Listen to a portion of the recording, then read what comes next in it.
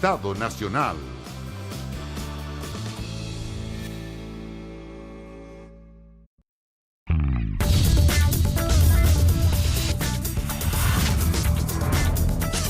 Estado Nacional. Muy buenos días, ¿cómo están ustedes? Digamos a los que se estén sumando, ¿cierto? A la sintonía de TVN, también de Canal 24 Horas en todas nuestras plataformas.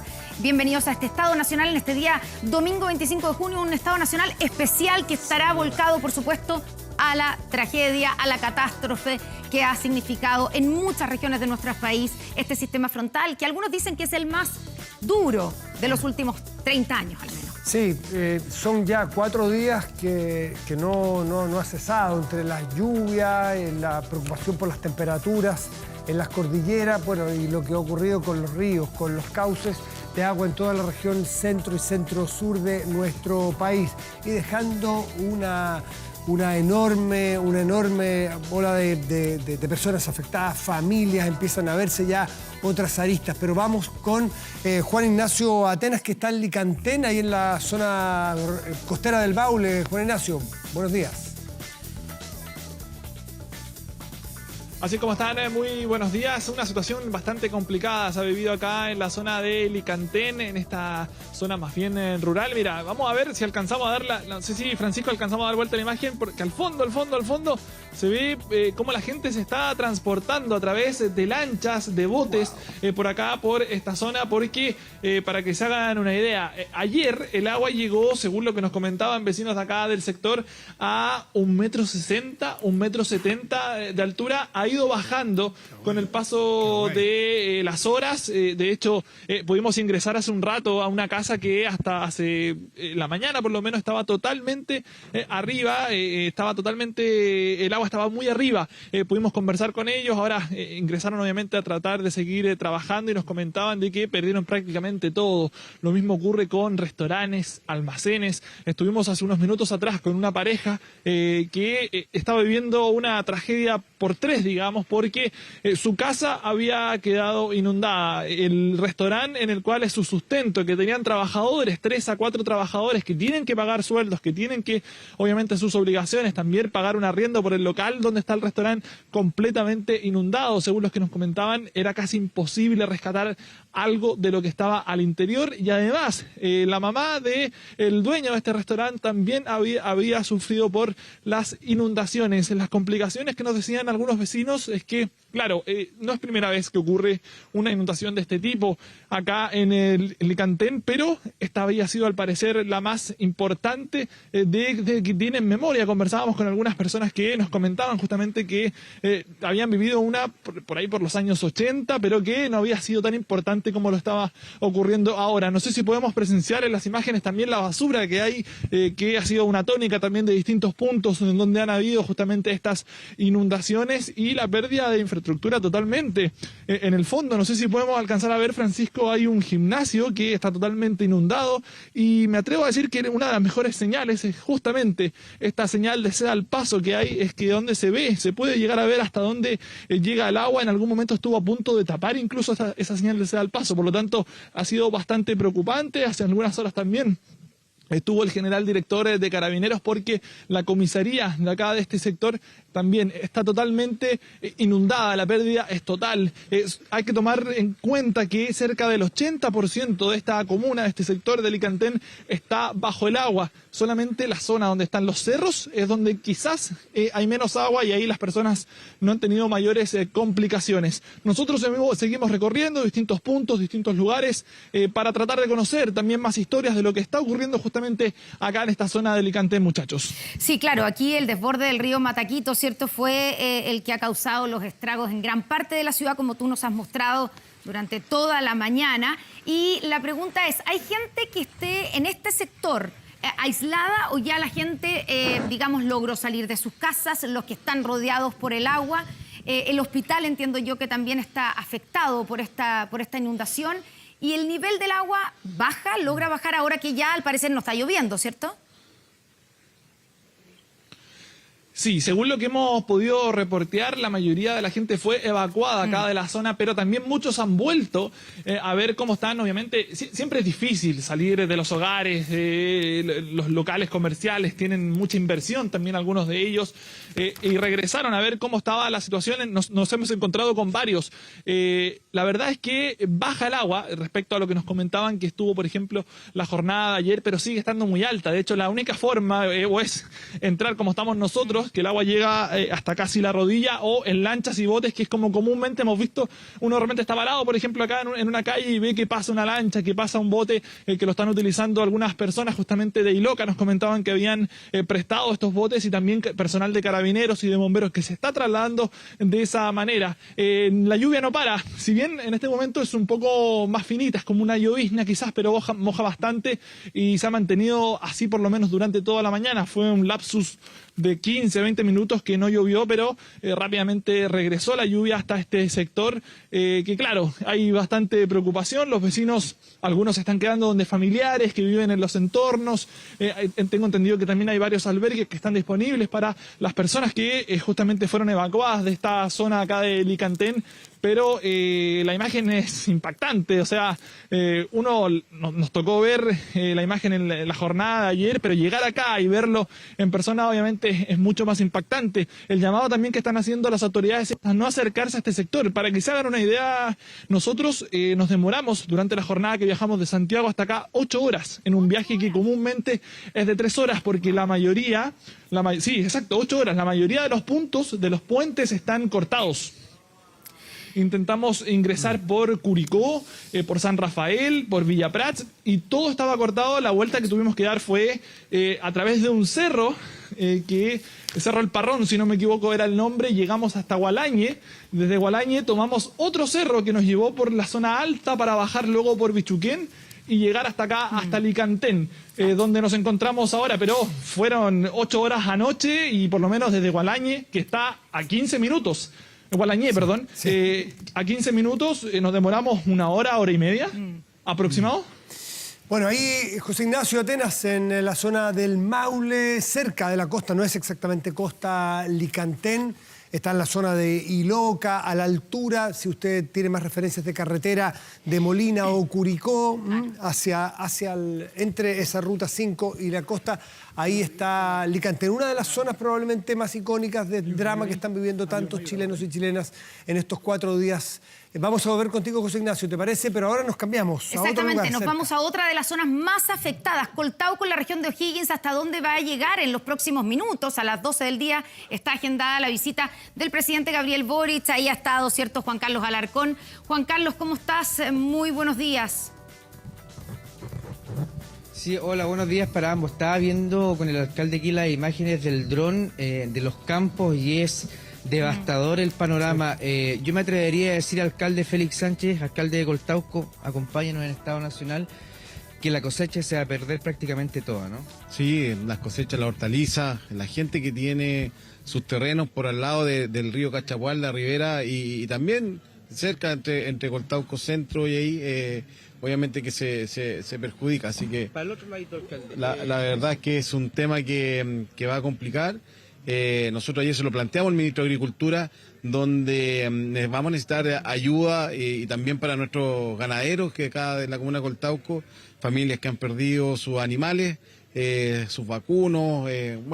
Es un panorama desolador para nuestra comuna de Coltauco, y lo hemos visto en terreno, así que la verdad es que solamente solicitar la ayuda ahora en adelante del gobierno.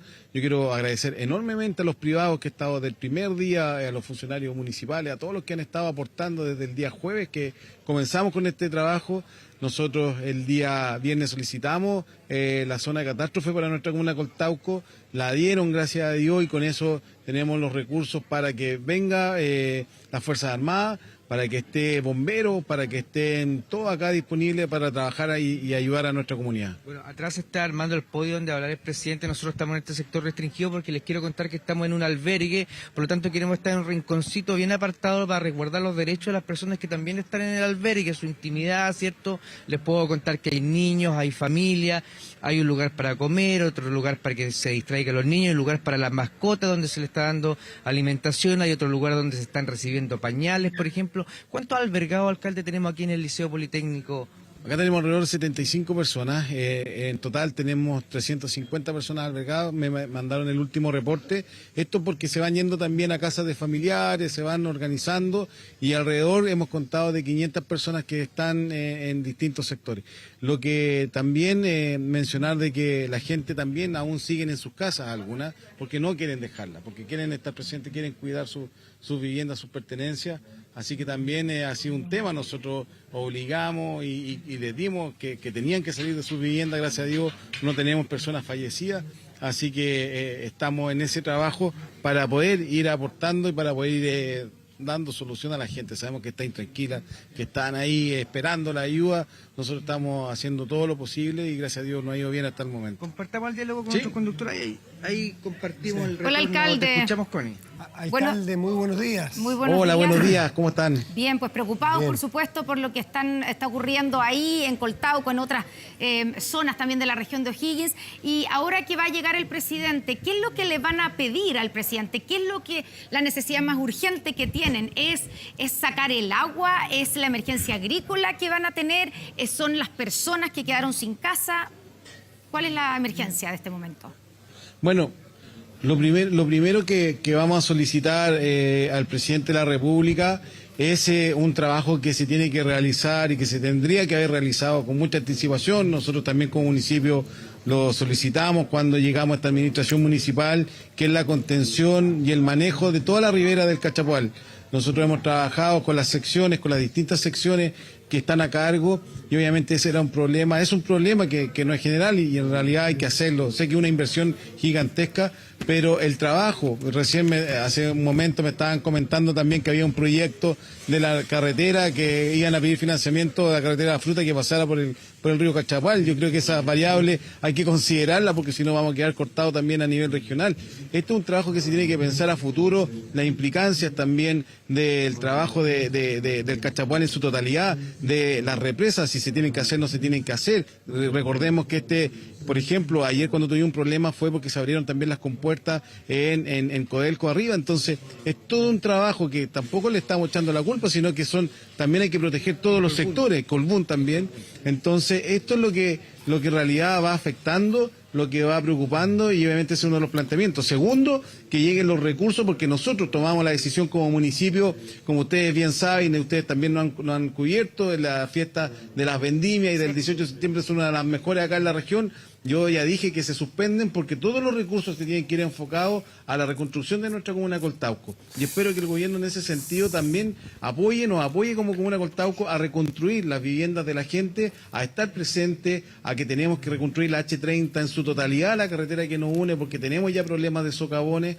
Entonces es un trabajo arduo que se nos viene para nuestra comuna, ¿Alcalde? pero no imposible. Sí. Yo quiero decirle que la gente está muy optimista, que está muy contenta y obviamente que tenemos que sacar adelante esta comuna, así que estamos dando todo el ánimo posible a todos los damnificados, me incluyo también en ese grupo, así que estamos tratando de sacar adelante toda Alcalde nuestra Sánchez, comunidad. Alcalde Félix Sánchez, cuando se habla de un drama como este, y Sí. se habla de los efectos en la agricultura, sabemos lo que significa, pero en lugares como el suyo, que es de Requinoa a la costa, probablemente, usted me va a decir cuánto, pero la economía se basa en la agricultura en un 80, en un 90%, Sí. estoy imaginándolo, usted me va a decir cuánto es, porque distinto donde hay otras economías, en más al sur si hay pesca, en otra parte donde puede haber minería, pero en esa zona es una zona eminentemente agrícola. Cuando desaparece la agricultura, desaparece la posibilidad de sustento de muchas, casi todas las familias a lo mejor. Dígame usted cuál es el peso de la agricultura allí. Mire, la agricultura se venía ya viendo afectada desde la pandemia en adelante. La comuna de Coltauco, su su base económica es a través de la agricultura, a través también de los productores de hortalizas que trabajan acá es la tierra. Nosotros somos zona de agricultores, zona rural, en donde nos basamos su economía en su totalidad en la agricultura. Entonces, acá, aparte de lo que pasamos con la pandemia, aparte de lo que hemos pasado con todos los problemas sanitarios, con todo lo que ha estado a nivel mundial, nos vimos ya afectados. Yo creo que ahora, en este momento, Coltauco va a tener, aparte el trabajo para nuestra comunidad, la gente, obviamente que no vamos a tener. Acá se viene un trabajo que es titánico, reconstruir nuestra comuna es un trabajo que nos vamos a tener que volver a enfocar y reconstruir. Nosotros, ese va a ser nuestro lema ahora, reconstruir la comuna de Coltauco, porque al final es lo que tenemos que hacer. La gente va a necesitar subsidios para poder trabajar en el arreglo de sus viviendas. O sea, el Servio va a jugar un papel fundamental en este tema también. El MOB también en construir las calles nuevamente.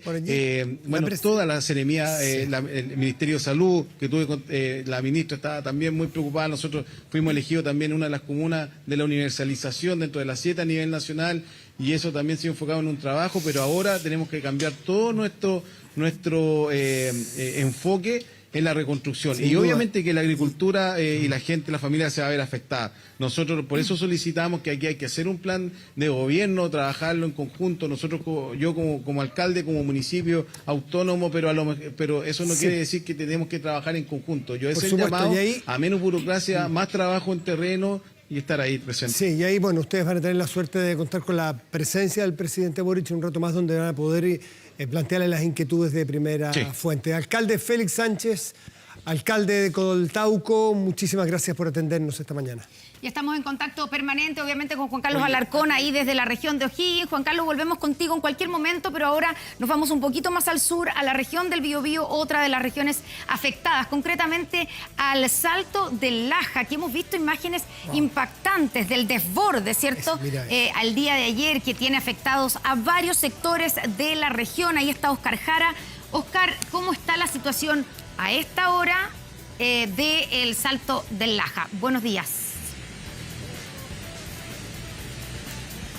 Hola, ¿cómo están? Buenos días. Sí, en la mañana les mostrábamos la otra imagen del Salto del Laja desde arriba, desde la ruta, desde el puente, que se ve una postal impresionante, y ahora estamos abajo.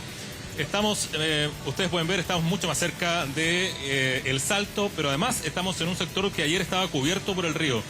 Estamos parados sobre lo que queda de parte de los 20 locales comerciales que fueron arrasados ayer por el río, que nos contaban los locatarios, conversamos con ellos hace un rato. El río en cosa de 20 minutos creció al punto que arrasó con parte de lo que ustedes están viendo. Ahí hay una pasarela, es un sendero que lleva hacia arriba, hacia el plano que está sobre la caída. Claro, arriba hay cerca de 20 o 60 camping había que nos decían fueron arrasados por el río, y esta pasarela, que era un paseo bonito, regular para los turistas, como ustedes pueden ver, está destruida por completo por un brazo del río que, si bien existía, era mucho más pequeño, y nos decían por lo menos 5 metros, quizás 6 metros más abajo de lo que ustedes están viendo, el caudal del río. Oscar. Ahí están los restos de los locales. Aquí había locales de artesanía, de fotografía, todos están destruidos, Connie. Claro, esa es la parte, para los que hayan ido, ¿cierto?, en viaje al sur, cuántas veces se detiene en el Salto del Laja, ¿cierto?, para sacarse la foto, y las últimas, la verdad que en los últimos años estaba con bastante poca agua.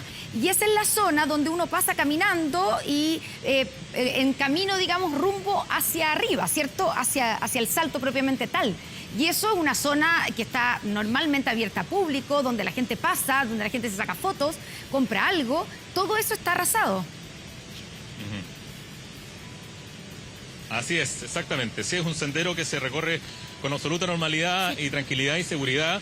Y claro, un poquito más arriba, siguiendo este sendero de madera, más arriba uno se puede bajar. Incluso ahí hay un roquerido donde uno se saca fotos con el Salto del Laja de fondo. Todo eso está ahora cubierto por el agua, y donde nosotros estamos parados, claro, aquí está en el verano absolutamente lejos del agua, y además el agua mucho más abajo, digamos.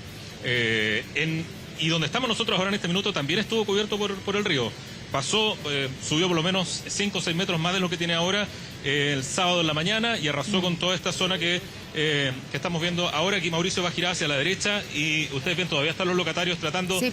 Ahora no se ve nada, pero ahí donde están estas personas caminando, ahí había locales comerciales, había un sendero de concreto y estaba a un costado a la derecha de los locales comerciales que están completamente arrasados. Todo esto fue cubierto por el río. Nos decían que fue muy rápido, que en 20 minutos el río creció y arrasó con estos locales que ya absolutamente no queda nada. Son 20 los locales que desaparecieron en esta zona. ¿Está lloviendo, Oscar, a esta hora?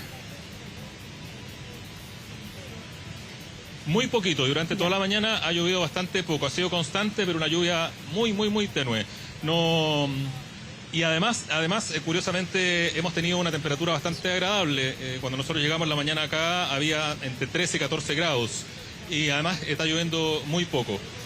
Lo que sí, claro, el río se ha mantenido tal cual. No sé si podemos conversar con alguno de los locatarios que están aquí en el sector. Vamos a esperar que podamos conversar con alguno de ellos porque ellos recién ahora están llegando a este sector a ver sus locales. Sí. No habían podido verlos. Y tampoco habían tenido seguridad de si sus locales estaban o no estaban en pie. Y ayer en la mañana tampoco lo sabían. Y algunos llegaron el día de la mañana, conversamos con un fotógrafo que tenía acá su local y tenía todos sus recursos acá y la verdad que eso desapareció y ahora las pérdidas son importantes, pierden su ingreso, su fuente laboral. Sí, pues una de las tantas pérdidas que se han registrado a raíz de este sistema frontal en la zona centro-sur. Oscar Jara, estamos en contacto permanente con la zona de los Altos del Laja, ahí en la región del Biobío. Estamos pendientes de lo que está ocurriendo en toda la zona centro-sur. Los puntos más afectados a esta hora, Matías, son la región de O'Higgins, ¿cierto? Coltauco específicamente, donde va a llegar en los próximos minutos el presidente Gabriel Boric. También en la región del Maule, dijo la ministra del Interior que la preocupación está en que todavía hay muchas personas aisladas, casi 8.000 personas aisladas.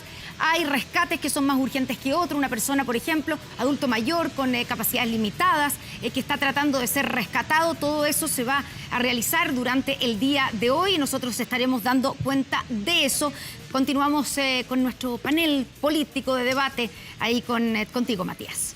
Bien, Connie, muchas gracias. Sí, atentos en cualquier momento a que nos interrumpan si es necesario, porque la noticia manda. Presentamos a nuestros panelistas de hoy. Nos acompaña Natalia Piergentili. Natalia, buenos días, gracias por estar aquí. Hola, Matías, buen día. La diputada Gael Jomans, gracias, Gael, también por estar aquí. Un día que puede sonar contraintuitivo hablar de algunos temas que vamos a tratar. El diputado Juan Antonio Coloma. Juan Antonio, gracias por estar aquí. Muchas gracias por la invitación. Y Cristian Valenzuela. Cristian, muchas gracias. Bueno, me imagino que de este tema, no es el tema que nos convoca en esta mesa, pero igual ustedes parlamentarios, por lo pronto, están siempre en su día a día más cerca de personas que están... No sé si... ¿En qué zonas son diputados ustedes? Yo de la región metropolitana. Metropolitana. Yo de la zona rural de la metropolitana. Ya, está bastante cerca Coltauco. Talagante. Claro, Chocha. Zonas que están afectadas. Así es. ¿Les ha tocado, bueno, me imagino, estar en contacto o en terreno? Hay algunas zonas donde hay personas que lo pierden todo directamente. ¿Cómo llega el Estado ahí? Así es, me tocó estar precisamente, particularmente en Talagante y en el monte, viendo lo que fue la crecida, ¿no es cierto?, del río y cómo muchas familias perdieron todo en la práctica. Yo quería aprovechar de colgarme de las palabras del alcalde de Coltauco. Nosotros, a nombre de la bancada de la UDI, le vamos a hacer una propuesta al gobierno precisamente respecto de cómo poner de pie la agricultura de nuestro país. Nosotros creemos que tenemos una oportunidad para poder financiar un fondo que sea con reasignaciones, con terminar con asignaciones a dedo, con parte de los fondos del litio, que permita precisamente ir a apoyar la agricultura, no solamente de la metropolitana, sino que también de la Sexta, la Séptima, el Ñuble, Biobío. Y me toca a mí estar a cargo ahora de la presidencia de la Comisión de Agricultura y durante esta semana vamos a estar precisamente recorriendo desde la metropolitana, probablemente hasta la región del Biobío, para ver con los alcaldes, con los consejeros regionales, cómo poder llevar recursos para poner de pie la agricultura que, tal como decía el alcalde, hoy día está en el suelo, prácticamente destruida, y es además de lo que viven la zona más agrícola de nuestro país, que desde O'Higgins hasta Ñuble, Biobío. Por lo tanto, creemos que el Estado tiene que hacer un esfuerzo gigante en materia no solamente de limpieza y reconstrucción de viviendas, sino que principalmente en apoyo y gestionar a la recursos. agricultura con recursos frescos. ¿Gael? Sí, bueno, primero también solidarizar y mandar un mensaje en ese sentido a las familias que han sido afectadas. Creo que en esto saludo también la visión, ¿cierto?, de presentar propuestas. En esto tenemos que actuar como Estado en unidad. Desde el Congreso también se puede gestionar de manera rápida, por ejemplo, el bono extraordinario ya comprometido por parte del Gobierno, como también otras medidas que vayan en miras de hacernos cargo de las consecuencias que deja, pero también de generar mecanismos de prevención. Yo creo que ese es el ánimo, esa debe ser la mirada, no tratar de sacar provecho político. En esto me sumo también al mensaje que mandó el día de ayer el presidente de la República. Frente a una crisis tenemos que actuar en unidad. Matías. Sí, por favor, dele. Bueno, parece redundante, pero no lo es. En el fondo, empatizar y sensibilizar con lo que está ocurriendo a lo largo de nuestro país. Siempre son los más vulnerables los que más sufren. Y zonas que viven precariamente de la agricultura familiar son las que hoy día están sin nada. Y quiero a propósito de eso colgarme una reflexión de lo valioso que es la política, Matías. Porque no me cabe duda que en este programa vamos a hablar de momentos donde la política falla y la gente se enoja y le da poco valor. Pero quiero relevar lo importante que es la política. Veíamos al alcalde Coltauco, vemos a nuestros ministros, vemos acá a un diputado haciendo propuestas. Eso es la política, eso debería ser siempre la política y es la política que vale la pena y la que espero prevalezca en el gobierno, en la oposición transversalmente, porque donde vemos allí alcaldes, concejales con los pies literalmente en el barro, vemos personas que dedican su vida al servicio de otros y eso me parece valioso. O sea, la oportunidad de la política en un drama como este, de gestionar bien y gestionar acuerdos. Cristian Valenzuela, desde la oposición, y no esta oposición, siempre una oposición frente a una gestión, y sobre todo en la semana de la cual venimos, podría darse el provecho político. Ustedes son un partido de oposición que está en su pic, probablemente en este momento. ¿Cómo se maneja esa ansiedad de que hay algunos que quieran justamente salir a pegar, salir a sacar réditos de la política, de los fallos que el gobierno pueda tener eventualmente? Sí, lo que pasa es que uno puede ver las reacciones de la oposición de dos maneras. Uno lo puede tomar como un provecho político y otro lo puede tomar como un interés porque el gobierno reaccione. Yo al menos, y creo que viendo las reacciones de las personas, la decisión del presidente de ir al viaje a la Antártida el día jueves de la noche fue un despropósito completo. Y fue un despropósito tan grande que él mismo se dio cuenta y tuvo que revertir la marcha y regresar acá. No me parece que cuestionar e impulsar al presidente, tal como se hizo en su minuto cuando él decidió irse de vacaciones en medio de los incendios que venían creciendo, eso sea aprovecharse políticamente. Yo lo veo como un impulso para que tome buenas decisiones. Él mismo dice, no todo puede depender de una persona, pero él es el presidente de la República. La capacidad que tiene de ordenar a su gabinete, de disponer los recursos, de movilizarse. Cristian, vacaciones es bien distinto a un viaje de Estado con ministros y comandantes en jefe al territorio nacional. Yo estoy comparando dos hitos importantes de situaciones muy complejas para el país. Los incendios forestales y este temporal gigantesco. Aquí veíamos la reflexión sobre hace cuánto tiempo no pasaba esto. Y los datos estaban, no fue de una hora para otro. Esto durante todo el día jueves. Entonces, yo entiendo. El viaje estaba programado hace 5 meses. Oye, y puede haber estado programado. Y en el marco de soberanía nacional. Puede haber estado programado hace 20 años. Pero si el día, en la noche, yo tengo una situación crítica en Santiago y el resto del país, yo lo suspendo. Y no me llevo al comandante en jefe de la Fuerza Aérea, al comandante en jefe del Ejército, al director general de Carabineros, que me parece muy bien que se conecten por Zoom desde la Antártida.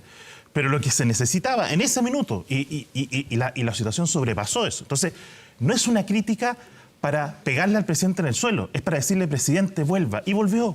Y ahora, qué bueno que esté recorriendo las regiones y se supera la crítica.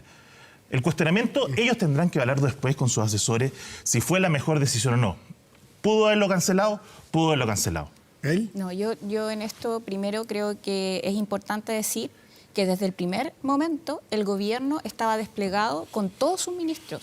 Economía, Ministerio del Interior, Ministra de Salud, también desde el Ministerio de Educación, gestionando, incluso más, se me quedan en la marcha. El mismo alcalde de Coltauco señalaba que se había reunido y que estuvo presente allá en la región, en la zona, el ministro de Agricultura. Entonces, el gobierno no ha estado ausente. Entonces, la crítica y el despropósito, que yo creo que esa es en el fondo el cuestionamiento que nosotros hacemos por parte de la oposición, criticar el hecho de que el presidente, en el marco además de un rol que le toca a él hacer, ¿cierto?, que es de jefe de Estado. Por eso estaba en la Antártica, ¿cierto? No estaba realizando un viaje, ¿cierto?, cualquiera. No, había un propósito que tiene que ver con la defensa de nuestra soberanía nacional y que yo espero que en ese marco estemos todos de acuerdo, ¿cierto?, que es importante que el jefe de Estado cumpla esas funciones también. Ese viaje estuvo programado hace 5 meses atrás, en donde hay una situación con Argentina respecto a la Antártica que lógicamente debe ser velada por el presidente de la República. Y no se dejó de gestionar la crisis por ese viaje. Entonces, ese es el cuestionamiento. ¿Por qué la decisión de volver? No, o sea, porque en el marco de lo que estaba sucediendo, además, lo que se hace es, primero, respecto a la Antártica, se terminó el viaje, se hizo las gestiones correspondientes y más bien lo que venía a tener relación con el recorrido hacia Puerto Williams fue lo que se canceló. Perfecto. Entonces, no es que respecto a la soberanía nacional, que es lo que se está cuestionando y que yo creo que ambas cosas deben velarse por parte del Estado, y en eso yo esperaría que el discurso patriótico que se tiene por parte de la derecha también se respete en esta materia. Sí, 2 cosas. La primera, se me olvidó cuando lo dije, cuando partimos en la introducción. Yo quiero aprovechar de agradecer la labor de carabineros, de los bomberos, de los que han estado ahí, porque cuando hay este tipo de crisis, los carabineros y los bomberos están siempre. Y yo creo que parte de las imágenes que uno ve es precisamente de la pega que están haciendo en la calle, en terreno, y quería aprovechar también de agradecerles por estar siempre. Y respecto del viaje, es impresentable. Si para qué andamos con cuentos. Yo entiendo que Gael tiene que defender a su gobierno. Yo también he sido diputado oficialista. Y sé lo difícil que hay veces que a uno le toca defender cosas que son indefendibles. Porque esto puede haber estado hace 5 meses, 6 meses, 10 años, da lo mismo. Si cuando un presidente ve que vienen situaciones como estas, es aquí donde tiene que estar. La gira del presidente lo hacía llegar el miércoles. Probablemente, si no es por el llamado que le hicimos desde la oposición, con urgencia a volver, quizás el presidente seguiría allá. Y eso es grave, porque él es el que debe encabezar. No basta con los ministros. Si no elegiríamos ministro, no elegiríamos presidente de la República. Tiene que ser el presidente el que esté ahí dando las instrucciones. Además, se lleva al alto mando de las Fuerzas Armadas, de Carabineros, de la PDI. Entonces, al final, y como que no podían volver, y recién llega anoche.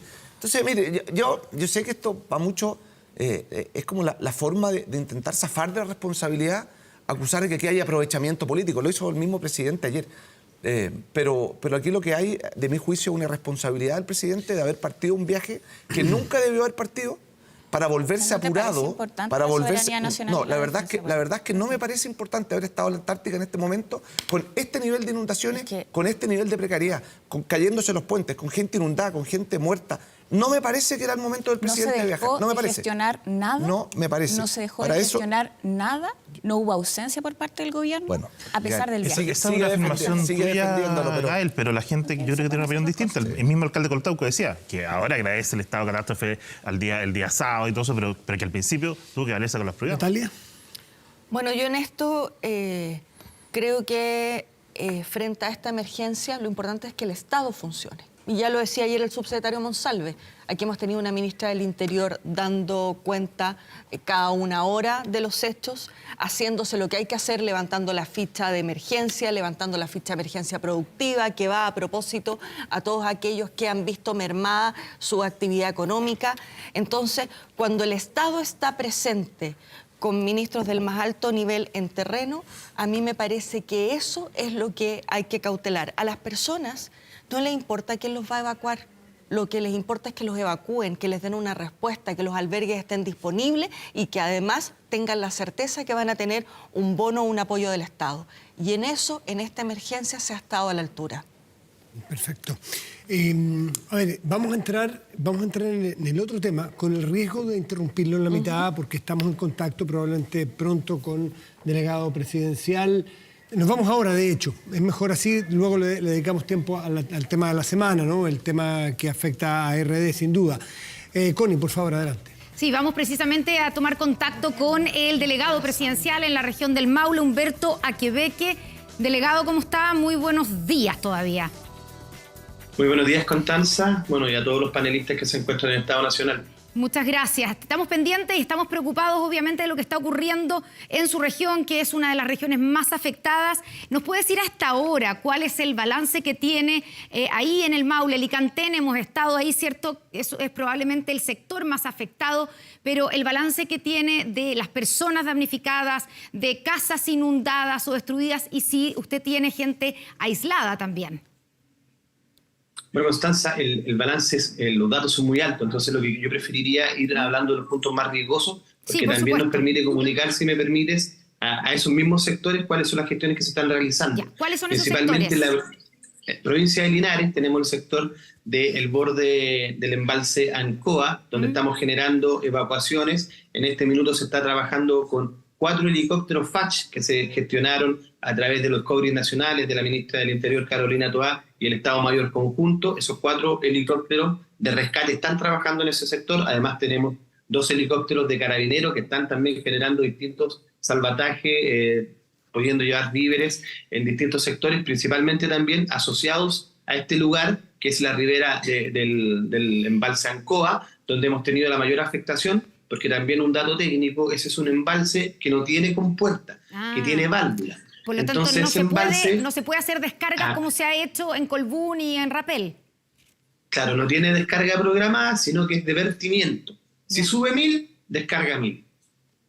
Ya, y eso ha significado entonces que se ha inundado la ribera, por eso se está evacuando a la gente. ¿Cuántas personas hay en ese sector que hay que evacuar?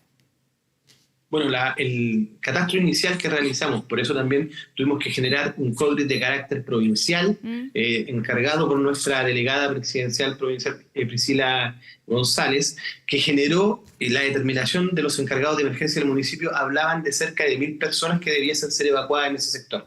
Eso se empezó a trabajar desde antes de ayer, se generaron también alertas SAIS cada 1 hora, se generó trabajo con bomberos, con carabineros, con el ejército, a través de la Escuela de Artillería de Linares. Y bueno, una de las situaciones que se dieron ahí fue la lamentable noticia de las 3 personas que cayeron en la ribera, 2 bomberos y un adulto mayor, de los cuales fueron rescatados un bombero voluntario de la segunda compañía de Linares. Cuando esto sucede, lo de los bomberos, yo justo me encontraba también, me había trasladado a Linares, estábamos con la delegada y con el coronel Serrano del Ejército, en dependencias del Ejército, esperando uno de los helicópteros. Nos llaman, nos trasladamos rápidamente al cuerpo de bomberos. Yo tuve la posibilidad de conversar con el bombero que fue rescatado, nos contó muy choqueado y todavía bajo hipotermia lo que había sucedido, y de ahí nos pusimos también a disposición de la segunda compañía de bomberos de Linares y, por cierto, de todos los cuerpos de Linares, a través de su superintendente Marcelo Retamal, de poner a disposición más recursos como el Ejército. Hoy día está el Grupo Guru 7. Además, durante la mañana logramos coordinar con la Policía de Investigaciones que el equipo preferente de búsqueda con la Brigada Canina también se trasladen para allá, para poder seguir colaborando en la búsqueda de estas 2 personas que se encuentran desaparecidas. Queremos también, aprovechando esta información, de realizar una aclaración de las denuncias de presuntas desgracias del sector. Nosotros tenemos la región, teníamos 8 denuncias de presuntas desgracias, de las cuales el día de ayer aparecieron 2 y el día de hoy en la mañana 1. Entonces las denuncias de presuntas desgracias que se mantenían vigentes y activas son 5, de las cuales 2 corresponden al bombero voluntario y el adulto mayor que cayeron en conjunto al que se rescató ese día. 5 personas entonces desaparecidas, podemos decirlo de esa manera, ¿cierto? 5 personas desaparecidas, entre ellas este bombero voluntario, y se está realizando la búsqueda, como usted dice, con todos estos recursos a esas 5 personas. Déjame preguntarle una cosa. Sí. Las personas que están aisladas, que digamos tenían un catastro inicial como de 1000 personas, ahí en la ribera del embalse Ancoa, ¿hay alguna manera de llegar a ellas que no sea por aire o solamente el rescate puede ser vía helicóptero? Bueno, el rescate nosotros lo hemos priorizado primero con aquellas personas que están corriendo riesgo de vida. Sí. Personas que, como ustedes bien vieron en algunos videos que han circulado por redes sociales, se encontraban sobre los techos, como el caso de la señora Valeria, la embarazada que se rescató ayer por carabineros. Quiero hacer una mención, por cierto, al piloto, al capitán Caro, que en una gestión muy arriesgada de pilotaje logró hacer esa gestión porque teníamos condiciones climáticas y atmosféricas muy difíciles. Y en otros casos que están en esas mismas condiciones, porque tenemos otras personas que se encuentran aisladas pero sin riesgo vital. Y esas personas están siendo monitoreadas por sobrevuelo aéreo. De hecho, yo durante un rato más, junto a Senapred y la gobernadora regional, vamos a realizar un sobrevuelo monitoreando también estos sectores donde hay personas aisladas, sectores aislados, y también revisando la ribera del embalse Colbún, cómo se ha comportado con las descargas programadas. Esa es nuestra segunda línea de intervención. Sí. La tercera línea de intervención tiene que ver también con aquellas personas que, estando aisladas, sí tienen suministro y víveres porque se han organizado en comunidad, como ha sucedido alrededor de la ruta CH-115, esto es precordillera de la comuna de San Clemente. Y en una cuarta y quinta línea de intervención revisaremos lo que es la conectividad y la infraestructura. Claro. Aquí fue muy importante el corte que tuvimos en la Ruta 5 Sur, que se mantiene todavía con un daño mediante un socavón que se desarrolló en el puente Ilircay. Sí. Ahora a las 12 horas estaremos junto a la ministra López viendo ese socavón porque la empresa concesionaria ha hecho una propuesta, dadas las circunstancias que ese puente no sufrió daño en la estructura, va a permitir hacer un relleno especializado que después vamos a someter a una prueba de tolerancia y eso nos permitiría habilitar la Ruta 5 Sur de carácter ya más permanente. Sabemos que es una de las principales complejidades. Ya. En caso de no funcionar, también ya tenemos la alternativa de un puente mecano que solicitaríamos al Director Nacional de Concesiones. Perfecto. Delegado presidencial de la región del Maule, Humberto Aquebeque, muchas gracias por este contacto y el informe que nos ha detallado acerca de la situación en la región del Maule. Estamos en contacto y, por supuesto, estamos pendientes de las tareas de búsqueda, sobre todo, y de rescate de las personas que están aisladas. Muchas gracias, delegado. Muy buenos días. Muchas gracias, Constanza, y un fuerte abrazo a todas las personas que están luchando, sobre todo también a aquellos equipos de emergencia. Es muy importante recalcar lo que ha hecho Carabineros, Bomberos y todas las personas que están gestionando el sistema de emergencia, que nuevamente en la región del Maule, mostrando resiliencia en una nueva crisis, estamos dando lo mejor de lo nuestro para poder ayudar a nuestros vecinos. Muchas gracias, delegado. Seguimos contigo, Matías. Sí, estamos de vuelta en la mesa. Nos acompañan la diputada Gael Joemans, el diputado Juan Antonio Coloma y Natalia Pergentile y Cristian Valenzuela. Entremos en el tema de la semana, porque este drama humano y de la naturaleza no nos puede impedir mirar también lo que está ocurriendo, también que es muy de largo plazo. Cristian Valenzuela, hoy les toca hacer oposición y este es un drama, quizás el drama político de corrupción, que hay que probarla todavía, pero todo huele muy mal en cuanto a recursos del Estado, manejo de recursos del Estado, donde también ser oposición tiene cierta dificultad de no pasarse de largo, de ser medido en la crítica para lograr mejorar los procedimientos o mejorar procedimientos. ¿Cómo lo están viendo ustedes de la oposición? A ver, lo que ocurrió con Antofagasta, sí. RD, ¿no es cierto? Democracia Viva, esa fundación. La dimensión que quizás no se ha conversado de esta materia, vamos a conversar todos los aspectos, pero está muy vinculado con el tema anterior. Porque el tema anterior, hablaba con el diputado y me contaba lo que pasaba en Talagante, en el monte, el nivel de crecimiento de los asentamientos precarios, de los campamentos en Chile, en los últimos años, producto de la pandemia, producto de la situación económica, producto de la migración irregular, ha explotado. O sea, según Techo, hoy día tenemos 1.290 campamentos y tenemos más de 120.000 familias en campamentos. ¿Y de qué se trata el caso de potencial corrupción que ha explotado también esta semana? Se trata precisamente de un eventual abuso de los recursos del Estado en un programa que se llama Programa de Asentamientos Precarios del mismo. O sea, no solo corrupción, es además corrupción de la peor calaña, porque se usan los recursos destinados a las personas más vulnerables para financiar actividades políticas. Eso es lo que está atrás. Entonces, yo entiendo que, y se ha discutido toda la semana, porque hay titulares muy grandilocuentes que tratan de meter todos los fondos del Estado dedicados a fundaciones. Y todas las fundaciones. Y fundaciones que quizás llevan mucho tiempo y que tienen el expertise y se mezclan con otras circunstancias que tienen que ser aclaradas. Yo al menos tengo la impresión de que esta es la democracia viva, esta fundación, es una puesta en escena, bien irregular, de una fundación que partió con fines políticos y que luego se acomodó para tratar de sacarle recursos al Estado a través de contactos totalmente y evidentemente conflictuados de interés completamente. Entonces, creo que hay una madeja que hay que tomar ahí, hay que analizar esto. Esto requiere al final medidas de transparencia y de control. Uno se mete al registro de proveedores del Estado, cuesta entender los cruces, que lo que informa DIPRES, lo que informa la Contraloría, lo que informa el Consejo para la Transparencia. Yo creo que la mejor manera para evitar que estas cosas pasen es la mayor cantidad de transparencia y control posible, que no inhabilite para que estas soluciones se entreguen, pero que sean soluciones reales y no traspasos políticos como el que aparentemente se está dando acá. Se usa mucho, Gael, el término del que le pegan el punto de flotación. Es decir, donde le pegan en un lugar donde uno suponía que de ahí no iba a pasar. Lo vimos con la presidenta Bachelet, el caso Cabal, por ejemplo. Se usó ese término también porque era un familiar cercano el que estaba allí apuntado con el dedo. A ustedes, como nueva formación política o nueva generación, se ha hablado también esto de la superioridad moral, apuntaron con el dedo que ustedes sí que venían a hacer las cosas distintas y les pegan ese punto de flotación. A ustedes les podía pasar muchas cosas, pero esta supuestamente, si uno toma las propias palabras, eso no les podía pasar y les ha pasado aparentemente. ¿Cómo lo toman? ¿Qué impacto ha tenido dentro del gobierno y de la generación política, aunque no sea hoy tu partido? No, claro, pero del Frente Amplio. Pero el Frente Amplio, claro. Es cierto. No, o sea, ha sido un proceso, y lo digo así de transparente, lógicamente, de dolor, pero también de reacción. Yo en esto estoy tranquila en la forma que se ha reaccionado, que me parece que fija un marco también y un estándar, en el sentido de que hay actitudes que no pueden ser permisibles, ni para un funcionario público, ni tampoco para un militante, en este caso de un partido político, que además, dentro del Frente Amplio, son parte del gobierno.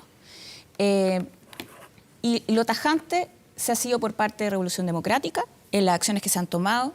Se ha presentado a Contraloría, se han presentado los antecedentes también, se anunció una querella, ¿cierto?, contra todos los que resulten eventualmente responsables por parte de Revolución Democrática. Se suspendió la militancia de Catalina Pérez y se solicitó la expulsión al Tribunal Supremo. Y además, también las acciones que ha tomado el gobierno. Se desvinculó a los dos militantes, ¿cierto?, involucrados en este caso, inmediatamente del gobierno, tanto al Ceremi como también al funcionario en concreto. También se han realizado investigaciones internas. Y además, lo dijo el mismo ministro, se va a solicitar la reposición de los recursos porque con recursos que son de toda la y los chilenos no se puede jugar. Y la fe pública debe resguardarse. Sí, me parece súper interesante la declaración, pero la subsecretaria de Revolución Democrática se le pidió la renuncia. Tuvo en conocimiento de estos antecedentes 5 días antes de las elecciones de mayo del 2023. Esto fue hace 2 meses atrás. Entonces, la reacción es porque esto es público, porque es escandaloso y porque está en todos los medios. Pero ella tuvo conocimiento hace 2 meses y no se demoró. Pero me voy a hacer cargo de ese punto súper concreto. La subsecretaria, respecto a lo interno, puso los antecedentes a la división jurídica correspondiente y también a quien estaba a cargo de hacer ver, ¿cierto?, y de revisar los asentamientos precarios, que es del caso de lo que nos estamos refiriendo. Eso en lo interno. ¿Cuál es su error? ¿Y por qué? Y digámoslo, se le pidió la renuncia. Esa es la acción que se tomó el día de ayer, comunicada también por parte del gobierno, porque cometió un error político de no dar aviso a la autoridad, en este caso al ministro, de las consecuencias políticas que este caso tenía que ver. Pero respecto y con esto cierro, respecto a realizar investigación jurídica o de las consecuencias de ella, eso sí se hizo cargo el Ministerio y ella también en particular, dando conocimiento de las acciones que se tenían que proceder dentro de la interna del Ministerio. A ver, yo entiendo el guión que tiene que llevar Gael para poder intentar explicar lo inexplicable. Pero aquí estamos primero frente a una subsecretaria de Revolución Democrática que ocultó la información. ¿Qué fue lo que hizo? Porque hay que pensar qué fue lo que hizo. Lo que hizo la subsecretaria fue pedirle al responsable, al culpable, al Ceremi de Antofagasta que le informara. Y se quedó calladita. Y esperó que pasara el tiempo, como que por si no pasaba nada. Después de esto, cuando se tiene conocimiento, la postura del gobierno del Frente Amplio y Revolución Democrática es intentar bajar el perfil. No, hasta en hace ningún 2 días caso, atrás, el en presidente ningún de caso. Revolución Democrática decía que esto era, tal como tú acabas de señalar, un error político. Esto no es un error político, esto es un desfalco. Aquí hay No. un posible robo. Estamos Aquí hay hablando- probablemente te voy a fraude hacer la al fisco, diferencia, tráfico te voy de a hacer la influencia, diferencia. negociación incompatible. Entonces, a mí no me vengan con estos discursos como que todavía pretenden establecer un piso de una moral superior. Aquí lo que hay es un hecho gravísimo que todavía no ha sido aclarado, No, porque hay que no una basta investigación en con curso. pedirle sacar a una subsecretaria. ¿Qué más qué debiera pasar? Aquí primero, el gobierno tiene que transparentar la entrega a todas las fundaciones. Segundo, tiene que explicar por qué se permitía parcelar la entrega de los recursos para saltarse la Contraloría. Tercero, tiene que aclarar la situación Te digo por qué. de urbanismo Te digo social. por qué.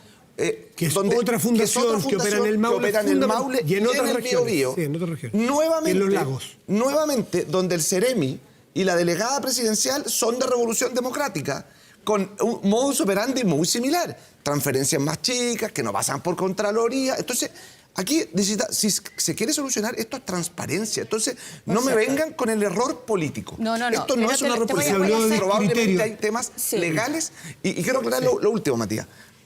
Porque acá él dice, aquí fueron a la Contraloría y fue... Mire, la que fue a la Contraloría fue Catalina Pérez para intentar lavarse las manos. Eso fue lo que hizo. Y segundo, se anunciaron acciones legales que todavía no se presentan cuando ya las presentamos nosotros, cuando Renovación Nacional fue a la Contraloría, cuando la Fiscalía está actuando de oficio. La forma ya, es como ya... Natalia. Chiste repetido. Pero puedo Sí, después puede- responder sí, para preguntarle a Natalia. a la Por supuesto, interpelación que hace. obviamente. A ver, primero, error político de lo que me estoy refiriendo es en el caso de la subsecretaria. Nosotros hemos sido absolutamente tajantes en esto. En días en que nosotros nos enteramos de la situación, y quiero también sacar a colación la declaración que sacó mi propio partido al respecto. Entonces, en esto no hemos tenido ni matices, no, lo tajante lo hemos tenido. A diferencia, y te lo quiero decir, respecto a ustedes, con Novoa, declaraciones de la UDI, del presidente de la UDI del momento, Hernán Larraín, que le quitaba el pelo, que matizaba, señalaba que tenía la certeza de que ellos no tenían culpabilidad en esto. Entonces, no, acá lo tajante, que yo espero que sea con la misma vara, porque de esto estamos hablando, ¿cierto? Debería ser con la misma vara que nos midamos entre nosotros, no cuando tenga referencia a militantes de nuestros partidos políticos, sino que tengamos la misma se vara siente aludido el con diputado respecto Coloma. a Yo sé que todos Natalia quiere decir algo, pero No, Natalia ya habla. yo solo quiero Aquí decir sale una- Pinochet al baile porque creo que se nos va a acabar el programa antes de que... Oye, solamente recordarle la siguiente frase. Nuestra escala de valores y principios en torno a la política no solo dicta del gobierno anterior, Giorgio Jackson. sino que frente a la generación que nos antecedió. Esa es la soberbia que tiene la gente hasta acá. Ya, pero eso ya lo habrán pero entendido sí, que fue un error. Entonces, Sí, y él mismo lo dijo. nuevamente vamos a Él salir mismo con lo el error dijo. político. Esto no es un error político. Él Esto es mismo lo mucho dijo. más. Bueno, esto es un desfalco. Preguntarle a Natalia, presidenta de partido, que ha presidido partidos de la vieja guardia, no de esta generación, aunque ella es de esta generación. Perdón, no vieja guardia, Por eso, tengo que defender a dije Natalia, ¿no? partidos de la vieja guardia, aunque ella es de esta Voy generación. a salir golpeada de este programa. No. Dale, Por dale. muy clara la diferencia y el matiz. Dos cositas que me interesan. Uno, se habló de error político. ¿Esto es un error político o es más que eso? Y se habló de descriterio en algún momento por parte del ministro Montes, que esto fue un descriterio. Esto para muchos es más que un descriterio. Eso es lo primero. Y lo segundo, más allá de los montos, es ver lo cualitativo también de los programas, porque cientos de millones de pesos en ministerios sociales para hacer conversatorios, los títulos de los programas, que son 20 millones, 25 millones, 80 millones, 50 millones, a veces uno dice, es exactamente para lo cual se necesita la plata pública para hacer un conversatorio para la profundización de la democracia y temas muy importantes como el feminismo, por ejemplo, en vivienda, a veces no calza mucho y me gustaría que entraras en ese tema. Bueno, sobre tus dos preguntas. Lo primero, yo creo que era esperable la reacción o la reacción más, digamos, con más animadversión a este caso, a propósito de lo que se señalaba, porque cuando hay veces que los proyectos políticos se sientan sobre la base más de un sueño de país en términos éticos, cuando esto tiene un revés, claro que va a haber más intención de sacar la mugre. Y yo creo que esto nos ha dejado claro que la bondad, la belleza, la mala intención están democráticamente repartidas y que nuestra pega en política es poner los incentivos para que esto no ocurra. Y a propósito de eso, me hago cargo de tu pregunta. Creo que aquí hay una necesidad imperiosa de modernización del Estado y de acotar roles. Porque yo me imagino al Ministerio de Desarrollo Social llevando adelante políticas sociales en función de trabajar cualitativamente o el tema más bien, digamos, de ciudadanía a propósito de los asentamientos precarios. Pero veo a Vivienda gastando esos 400 millones en un terreno para vivienda social. Entonces, creo que la duplicidad de esfuerzos, de repente muy bien intencionados, pero repartidos en todos los ministerios sin una planificación más centralizada, más racional, es un problema del cual ya no podemos seguir eludiendo. Interesante el punto. Connie, el presidente de la República está por llegar a Coltauco. Vamos contigo. Exactamente, la región de O'Higgins, hasta ahí llegará en los próximos minutos el presidente Gabriel Boric en su primera visita a terreno en el día de hoy. Recordemos que ayer llegó desde la Antártica, desde Magallanes, y se dirigió directamente a Talagante. Leila Zapata, ya te vemos, has estado obviamente durante todos estos días ahí en tu región, en la región de O'Higgins. ¿Cómo se espera la llegada? ¿Qué espera? ¿Con qué se va a encontrar el presidente cuando llegue hasta Coltauco? Buenos días. ¿Cómo estás? Buenos días, Connie. Mira, con esto se va a encontrar el presidente. Mira la imagen. Esto es un socavón gigante acá en el sector de Loreto. Esta es una de las poblaciones más afectadas producto de la salida del río Cachapual. Incluso cayó un carro de bomberos, un camión que había ingresado a sacar a la gente. Un panorama muy similar va a encontrar el presidente de la República, Gabriel Boric, cuando llegue acá a la comuna de Coltauco, porque el 80% de la comuna se encuentra en similares condiciones a las que vemos en estas imágenes. El presidente va a estar en la población de al lado, en el sector del Molino, en un jardín infantil que fue arrasado por las aguas. Y a esta hora, Constanza, estamos con el delegado presidencial. Delegado, el presidente de la República tiene más o menos conocimiento de lo que se va a encontrar acá, del panorama que va a haber acá cuando llegue a Coltauco. Absolutamente sí, el presidente ha priorizado su visita y ha partido la visita en la región de O'Higgins, en la comuna de Coltauco, precisamente por el nivel de afectación que ha tenido la región.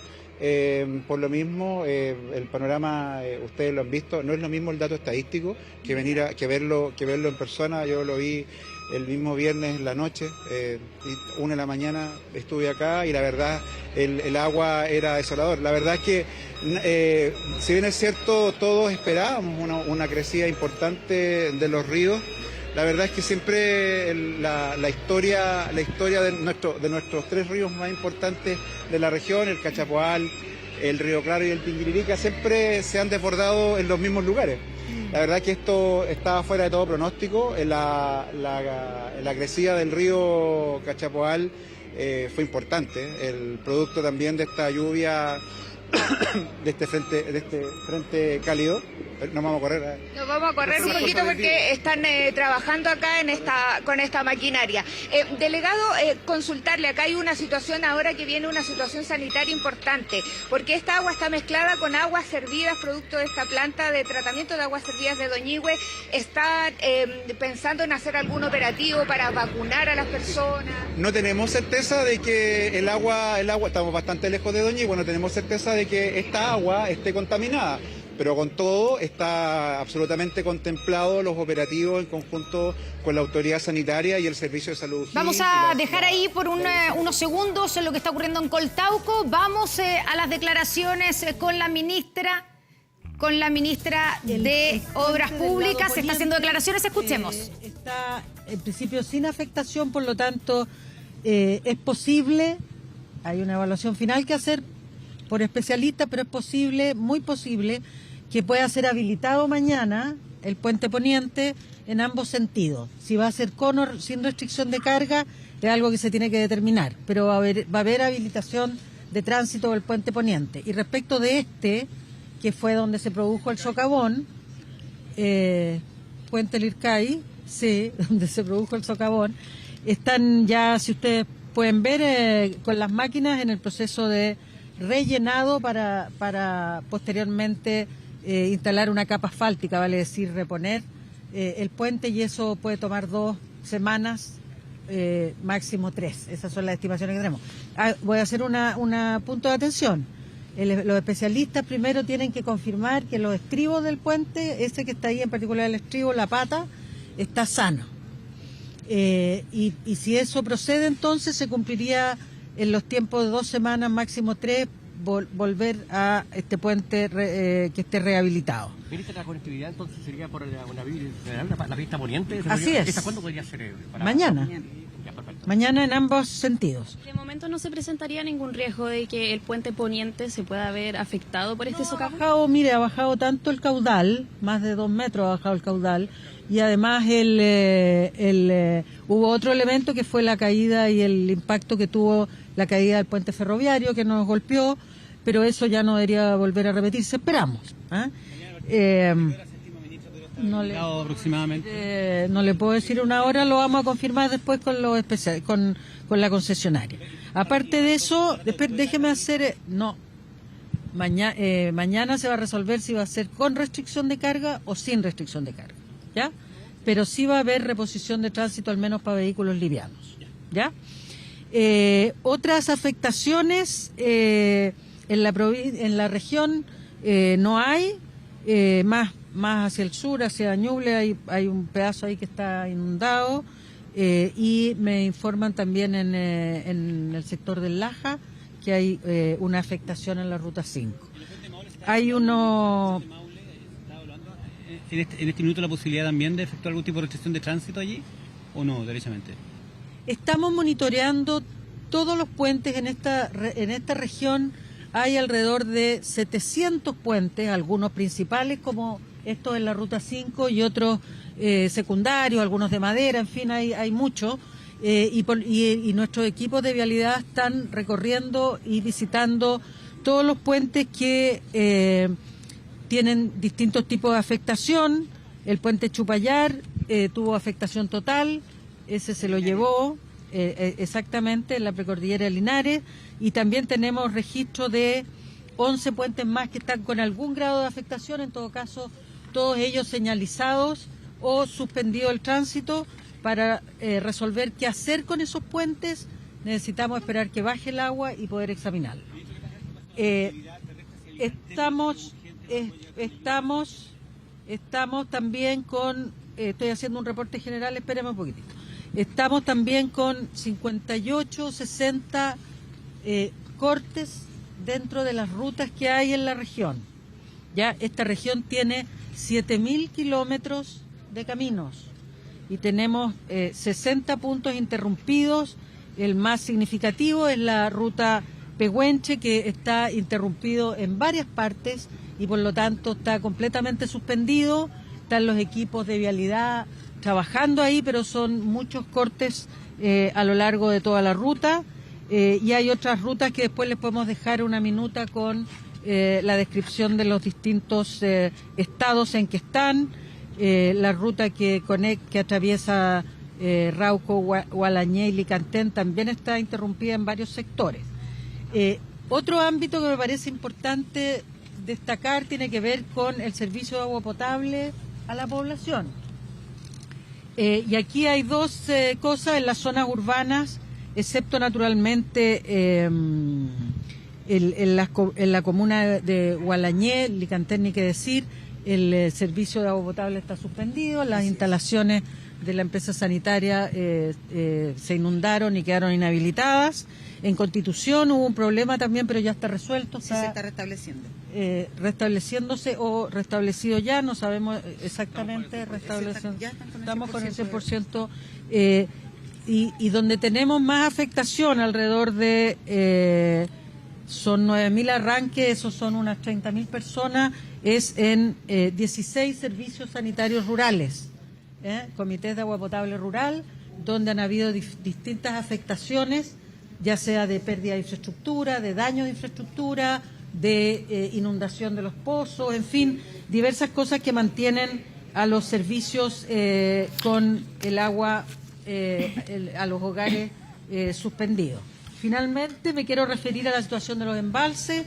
Tenemos aquí 8 embalses en esta región del Maule. En 4 de ellos se están produciendo vertimientos. Los vertimientos o las descargas tienen que realizarse en virtud de que es tanto el flujo que traen los cauces de los ríos que los embalses empiezan a subir, y frente a la posibilidad que en definitiva desborden sin control, se hacen las descargas programadas, que es lo que han estado haciendo el embalse de Colbún, que hoy día está con una descarga. El balance de la ministra de Obras Públicas en la región del Maule, lo más importante probablemente de sus anuncios es sobre los puentes que están cortados. Hay 11 puentes afectados en diferentes puntos de nuestro país, y los que más preocupan obviamente es el puente Lircay, donde un socavón lo dejó completamente inhabilitado y cortada la ruta 5 Sur. Dijo que a partir de mañana hay una zona, al menos que un lado, que se va a poder habilitar, no se sabe todavía si con restricción de peso, pero ya estaremos pendientes también de eso. Volvemos a Coltauco, región de O'Higgins. Leila Zapata, ¿se ve al presidente por ahí o todavía no ha llegado? No, todavía no llega, Connie. Acá se estima que a las 12:30 va a arribar a la brigada de aviación del ejército acá en la ciudad de Rancagua, y posteriormente se va a trasladar hasta la comuna de Coltauco. Seguimos a esta hora conversando con el delegado presidencial de la región de O'Higgins, Fabio López. Fabio, la gente está solicitando que lleguen artículos de limpieza, personas que vengan a ayudar a limpiar, maquinaria, motobombas para sacar el agua. ¿Cuándo podríamos comenzar a ver esa ayuda a estas personas acá?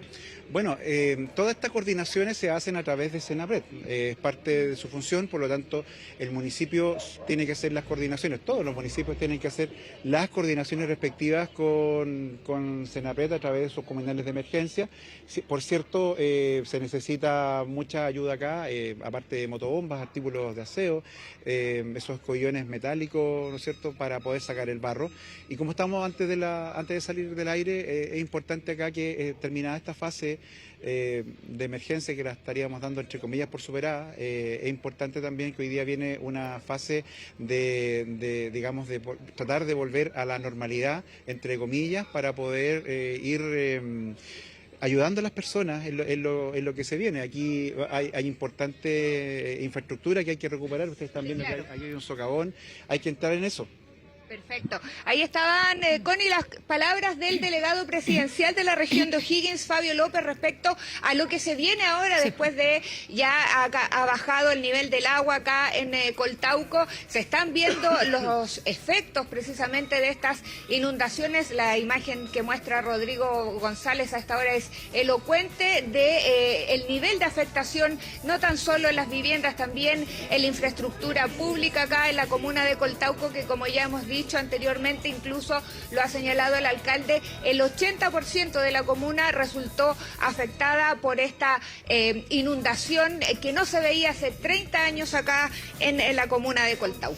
Y con esas imágenes que son elocuentes, se va a encontrar en los próximos minutos el presidente Gabriel Boric cuando llegue ahí a la región de O'Higgins. Leila Zapata, estamos en contacto hasta cualquier momento. Buenos días.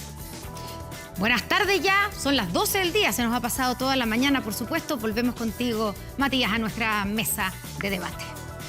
Gracias, Connie. Bueno, nosotros seguíamos aquí mirando lo que ocurre también, pero el tema del cual ya se había iniciado la conversación y el debate, que trasunta al supuesto escándalo. Digo supuesto no por bajar el perfil, sino porque hay que demostrarlo en los tribunales. Pero todo indica que la cosa no huele bien en lo que ocurrió en Antofagasta. ¿Qué hacer para que esto no frene la necesaria, creo que en eso es consenso, necesaria cooperación público-privada? Estas organizaciones sin fines de lucro, que son profesionales privados en las distintas regiones del país, cooperan con los ministerios, y esto viene no de este gobierno, de antes, para que esto no frene y no impida en que haya proyectos que sí se desarrollen y que sí van en ayuda de muchas personas a lo largo de Chile. Juan Antonio o Cristian. A ver, yo creo que aquí, evidentemente, el desafío es la modernización del Estado. Es ver de qué manera uno tiene controles que no sean obstáculos, tiene transparencia, que no sea una violación de la intimidad, por así decirlo, pero evidentemente muchos de estos casos, y uno los revisa y ve que pueden haber funcionarios involucrados, que pueden haber decisiones que intentan evitar los controles y ahí se producen estas pifias, por así decirlo. Pero hoy día está la capacidad y la tecnología y la... Bueno, lo que pasa es que quizás hemos perdido mucho tiempo inventando cosas cuando con las herramientas que existen, uno, por ejemplo, podría tener toda la información cruzada a un portal gigantesco a través de la Dirección de Presupuesto que tiene información. O sea, hoy día nos cuesta, lamentablemente, determinar quién dice la verdad respecto de cuántos empleos públicos han aumentado. La DIPRES dice una cosa, el INE dice otra, las encuestas de no sé qué. Entonces, ahí falta una dedicación completa. Y eso puede ser un acuerdo súper transversal, político, puede incluir la discusión constituyente, ahora como marco general, para decir, oye, yo quiero saber todos los contratos del Estado acá. Póngale inteligencia artificial, póngale una máquina potente para poder tener esa información, para que permita al final del día que la ciudadanía, que la oposición haga la pega de fiscalizar como corresponde, pero que también el Estado avance y ejecute estas normas cuando es necesario. Pero lamentablemente estos casos nos ilustran que habiendo muchos servidores públicos que de verdad tienen compromiso, y da lo mismo si son de derecha o de izquierda. Hagamos un punto. Todo esto se sabe y lo sabemos y lo estamos discutiendo porque hubo una funcionaria pública en Antofagasta que hizo la denuncia. Así es. Por lo tanto, aquí echar en una bolsa a cualquier persona que trabaje en el Estado como si fuesen todos flojos, lesos y frescos es un error aparte de una injusticia. Y quiero hacer un comentario porque yo discrepo de Gael en la cronología que hace de la reacción. Pero yo no dudo de la reacción de ella en particular, de parte del Frente Amplio, que ha tomado al final del día una postura crítica. Y eso es lo que corresponde, porque no tienen por qué ellos o algunos ministros o miembros de verse manchados por las malas decisiones o irregularidades o delitos eventuales que cometieron ciertos funcionarios que no los representan, evidentemente. Ellos hacen la distinción.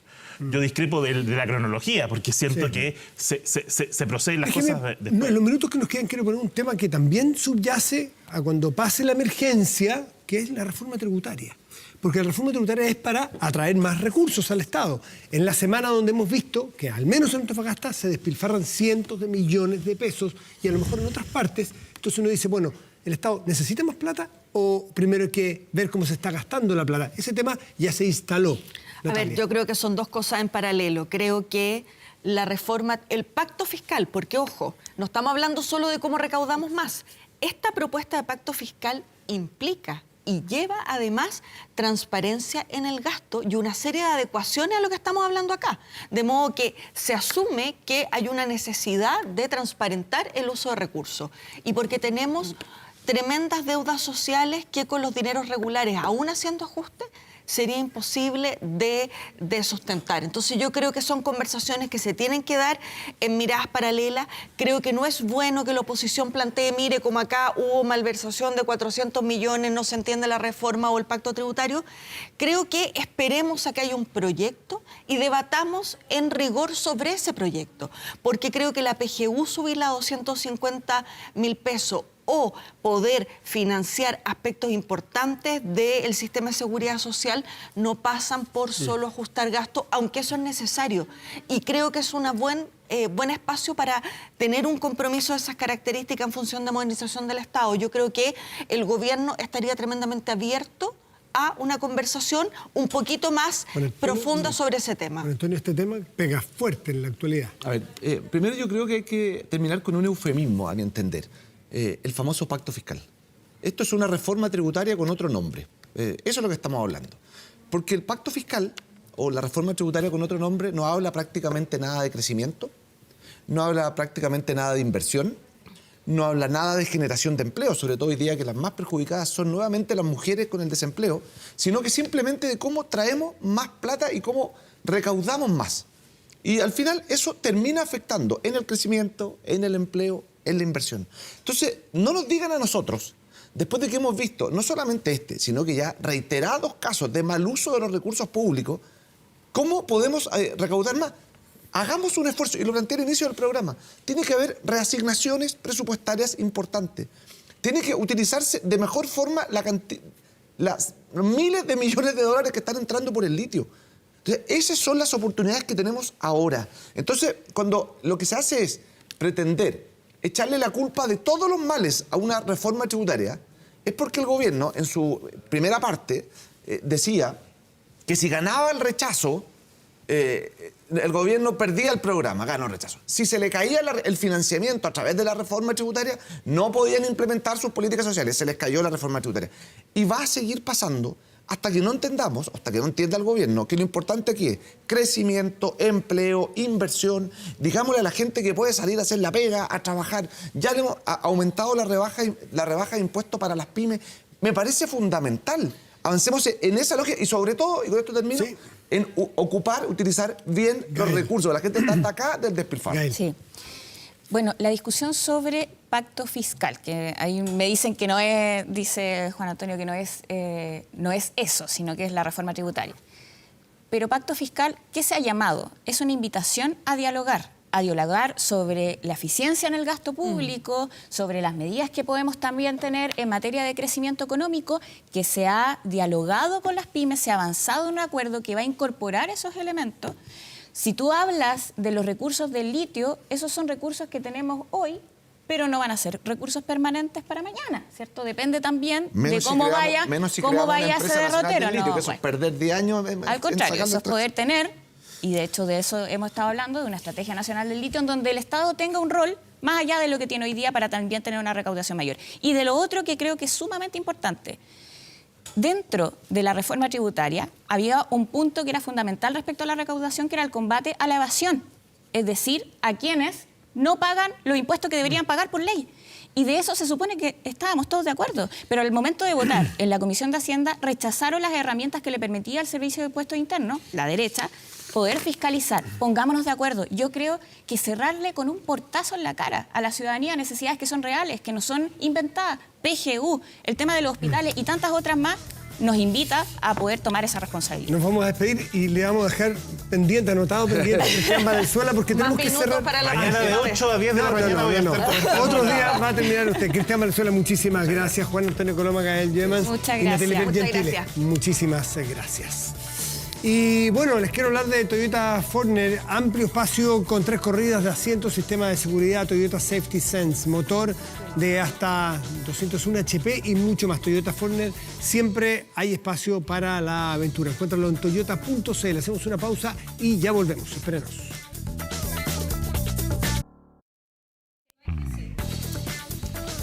Estamos de vuelta en Estado Nacional y ya nos acompaña el ministro, secretario general de la Presidencia, Álvaro Elizalde. Ministro, buenas tardes, gracias por estar aquí. Buenas tardes, ¿cómo están ustedes? Bien, pues en medio de la emergencia, y sabemos que usted también está preocupado, digamos, y ocupado de lo que está ocurriendo en la zona centro-sur de nuestro país. Y queríamos partir por preguntarle como el último balance de dónde está lo más preocupante. ¿Son las personas que están aisladas? La ministra Toá dijo que eran casi 8.000 personas que todavía estaban aisladas. Hay algunas personas que hay que rescatar de manera más urgente. Hay 6 personas desaparecidas, no sé si eso ha cambiado o no en las últimas horas, y 2 personas fallecidas.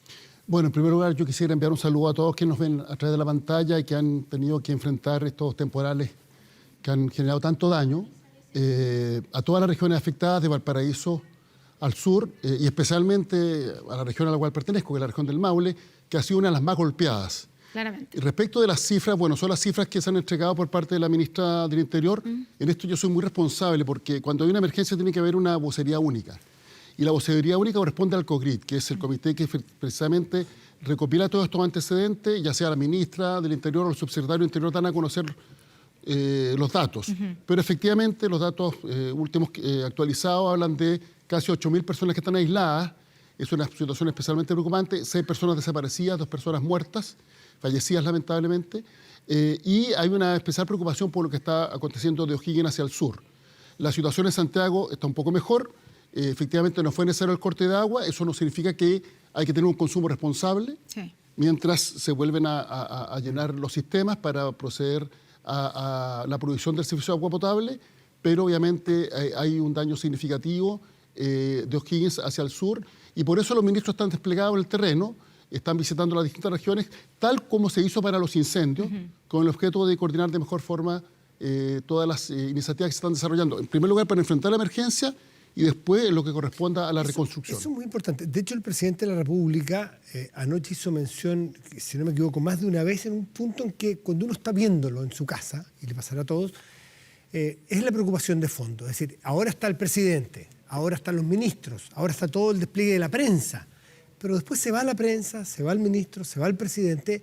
¿Cómo hacer para que el Estado realmente no se vaya? Porque es el Estado el que tiene que ir en ayuda y tiene que tener la capilaridad para llegar a esos lugares lejos, con poca prensa y con poca publicidad, pero hay que llegar. ¿Cómo se hace? ¿El Estado en qué pie está para hacer eso? Bueno, yo me acuerdo, por ejemplo, el proceso de los incendios forestales del año 2017, hubo una enorme cobertura en la región del Maule y posteriormente ya no hubo más cobertura y hay una sensación de abandono. Y es ahí donde el Estado tiene que mantenerse presente, sobre todo en la tarea de reconstrucción.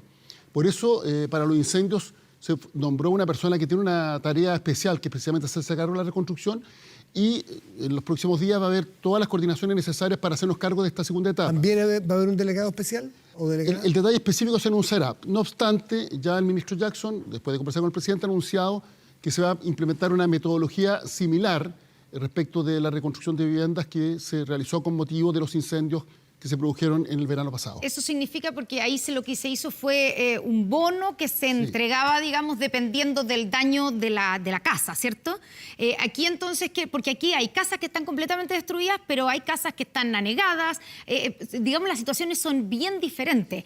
¿Cómo se va a ir, en el fondo, en ayuda de cada una de esas realidades que son distintas? Y que hay otra gente que está afectada, por ejemplo, porque arrasaron con todas las plantaciones, con toda la parte agrícola, que es otro tipo de afectación. ¿Cómo se va a ir en ayuda y que esa ayuda llegue de manera efectiva y rápida? Bueno, los detalles se van a dar a conocer en los próximos días, porque una vez que se supere la emergencia, se requiere, por tanto, tener una evaluación y un diagnóstico muy, yo diría, detallado de cuáles son las necesidades y sobre la base ver la forma en que este instrumento se implementa de la mejor forma posible, valga la redundancia.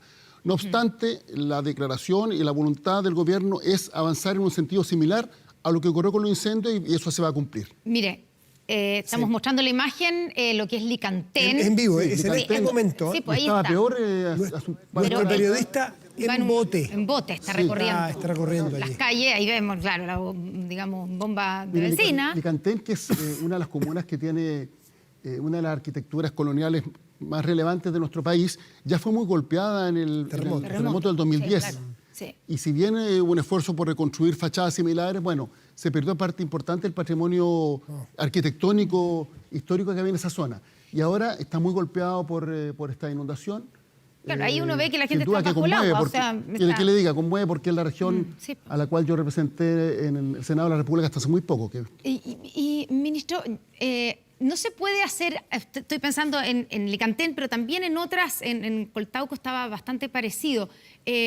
Por ejemplo, el utilizar bombas de agua para poder sacar el agua y reencauzarla, o estos son...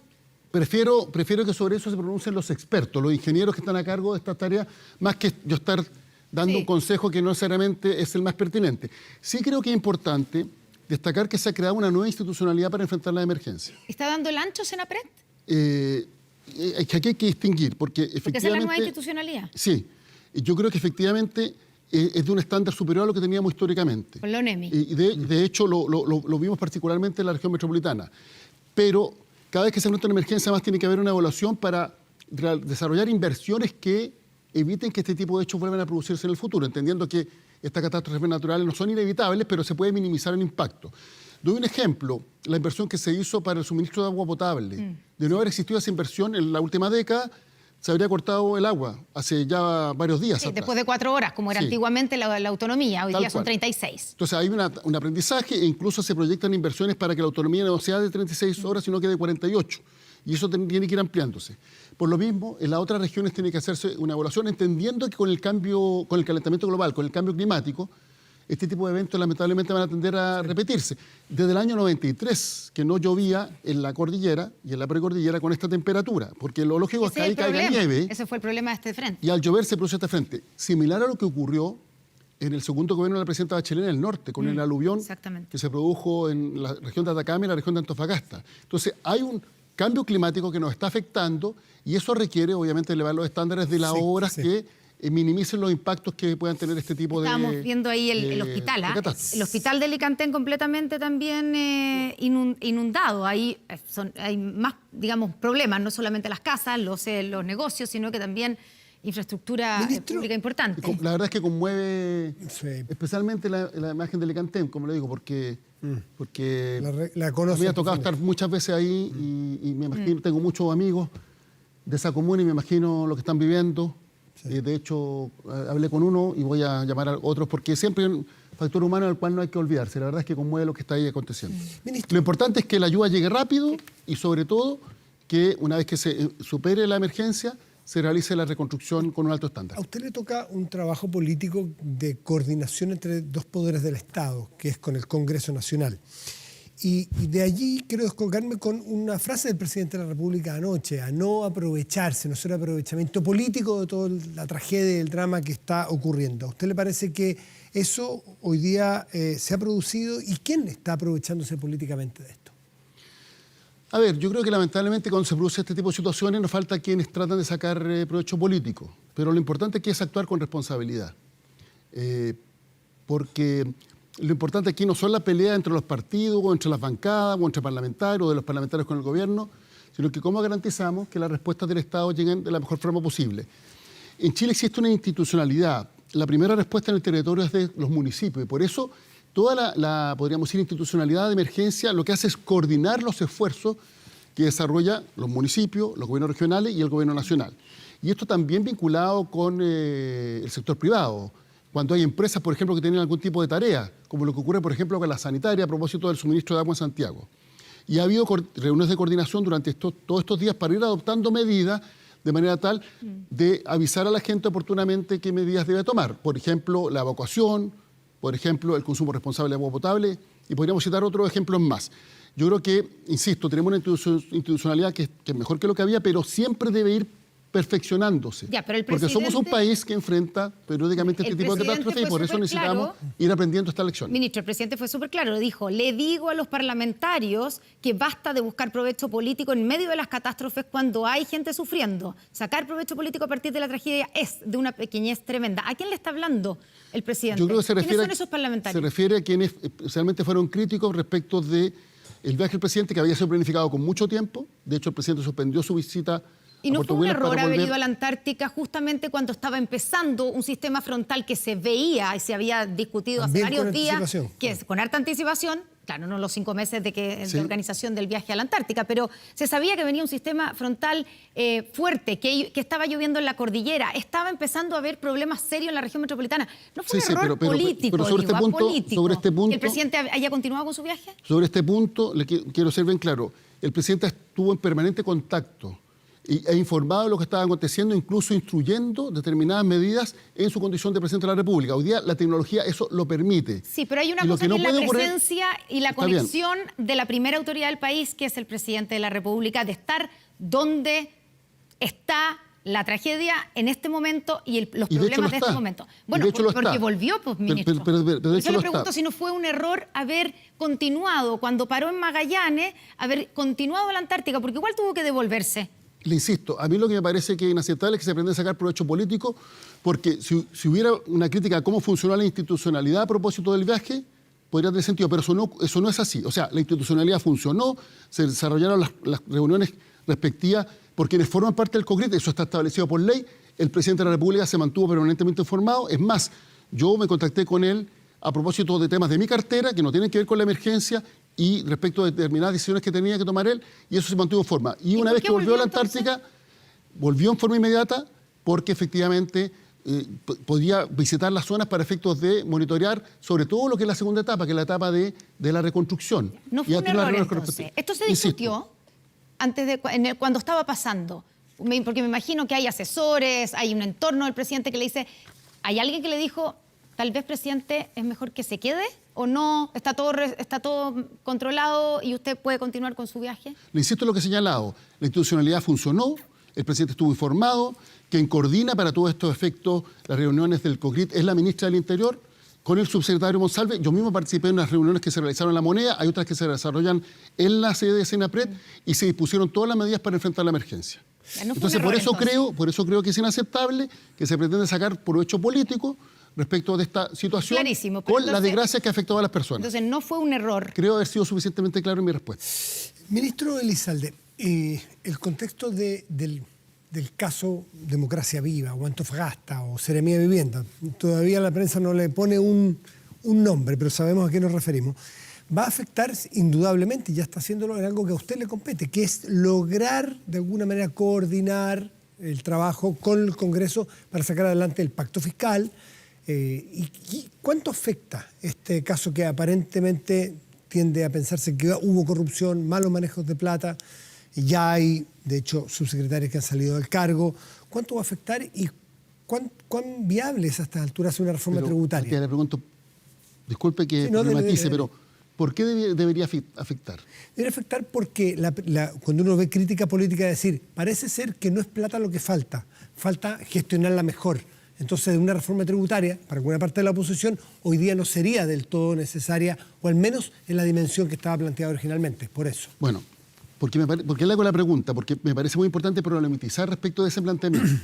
A ver, en primer lugar, un hecho de esta naturaleza tiene que ser investigado, si se acredita la Comisión de Delitos tiene que ser sancionado, y el gobierno va a poner todos los antecedentes a disposición. El ministro Montes está haciendo una recopilación de todos los antecedentes, señalado que el próximo martes lo va a poner a disposición de las instituciones correspondientes. El Ministerio Público tiene una tarea muy importante en la investigación de delitos, la Contraloría tiene que también realizar el control de carácter administrativo, podríamos decirlo de alguna manera. Ahora, dicho lo anterior, me parece que es absurdo vincular una cosa con la otra, porque si el día de mañana hay un escándalo con un profesor, de cualquier naturaleza, ¿significa que vamos a cerrar los colegios? O sea, lo que quiero señalar con esto es que el Estado requiere de más recursos para enfrentar necesidades sociales. Pero además el gobierno ha planteado la necesidad de un pacto social. El punto no es tan absurdo cuando uno dice, sí, requiere más recursos, pero ¿de dónde salen los recursos? Para eso voy. ¿De más tributos o de mejor gestión de los recursos ya existentes? A eso voy precisamente. Lo que el ministro Marcel ha puesto sobre la mesa es la necesidad de avanzar en un pacto fiscal. Y el pacto fiscal tiene dos componentes. Tiene una serie de objetivos, pero tiene al menos dos componentes. El primero es una mayor recaudación, que es el aporte de los privados.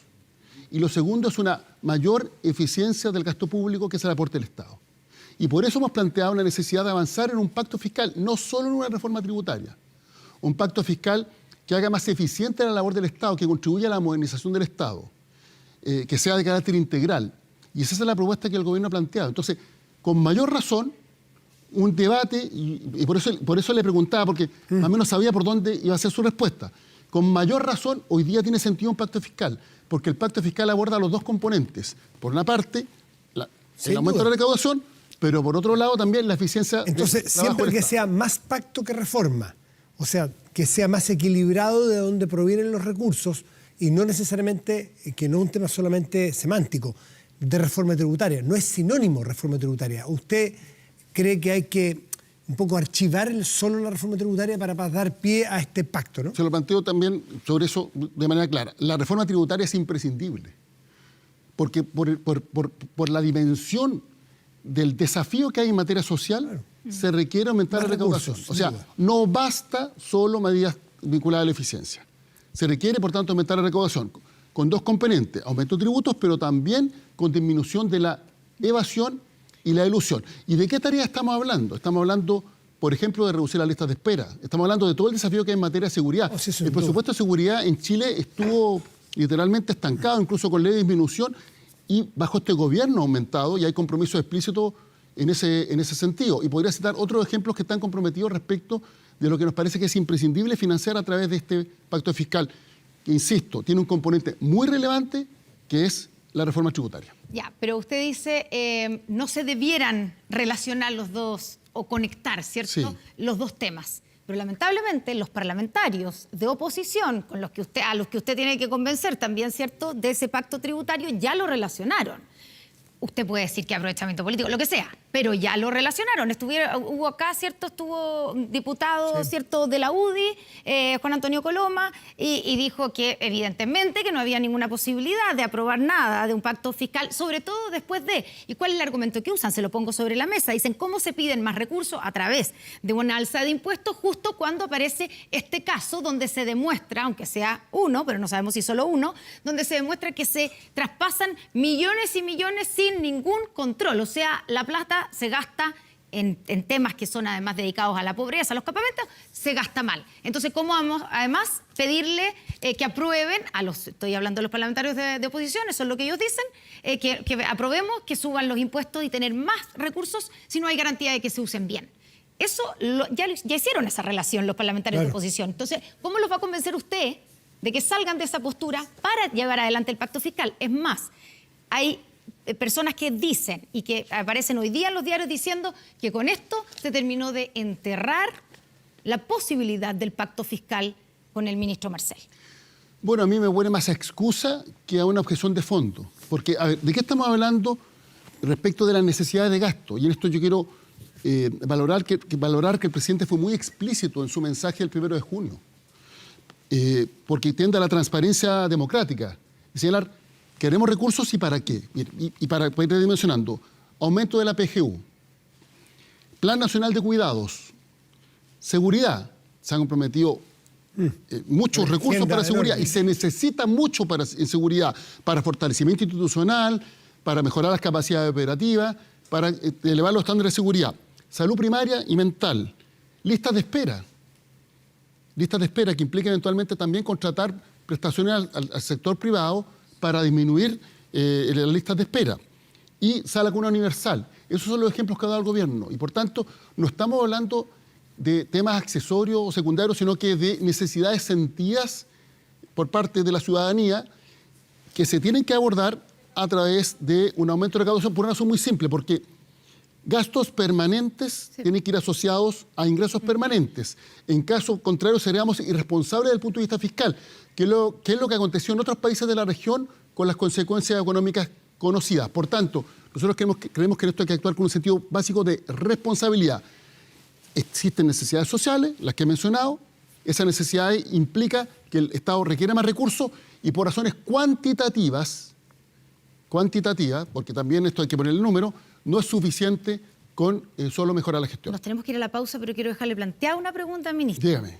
¿No han renunciado a la posibilidad de insistir con la reforma tributaria ahora en el mes de julio en el Senado, como lo anunció en su cuenta pública el presidente de la República? Sí, porque la ministra Vallejo se abrió que fuera en marzo reponerlo en la Cámara de Diputados. Pero nos contesta la vuelta a la pausa. Le contesta la vuelta. Pausa y volvemos. Espérenos.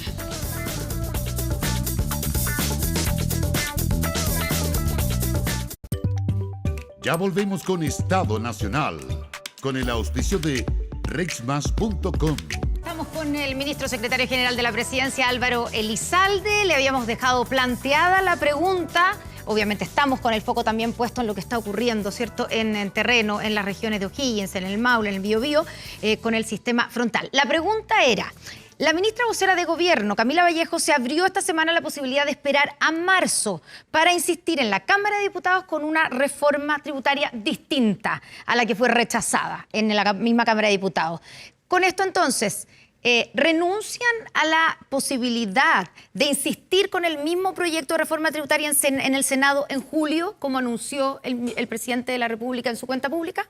La alternativa que propone la ministra Vallejo siempre ha estado sobre la mesa, siempre ha sido posible. Cuando se rechaza la idea de legislar, se puede insistir un año con después. un proyecto un año después. Por tanto, esa es una alternativa que siempre ha estado presente. De todas maneras, nosotros, y así lo ha decidido el presidente, vamos a insistir en un pacto fiscal porque eso requiere un mayor grado de acuerdo, mayor amplitud, y creemos que eso es mejor.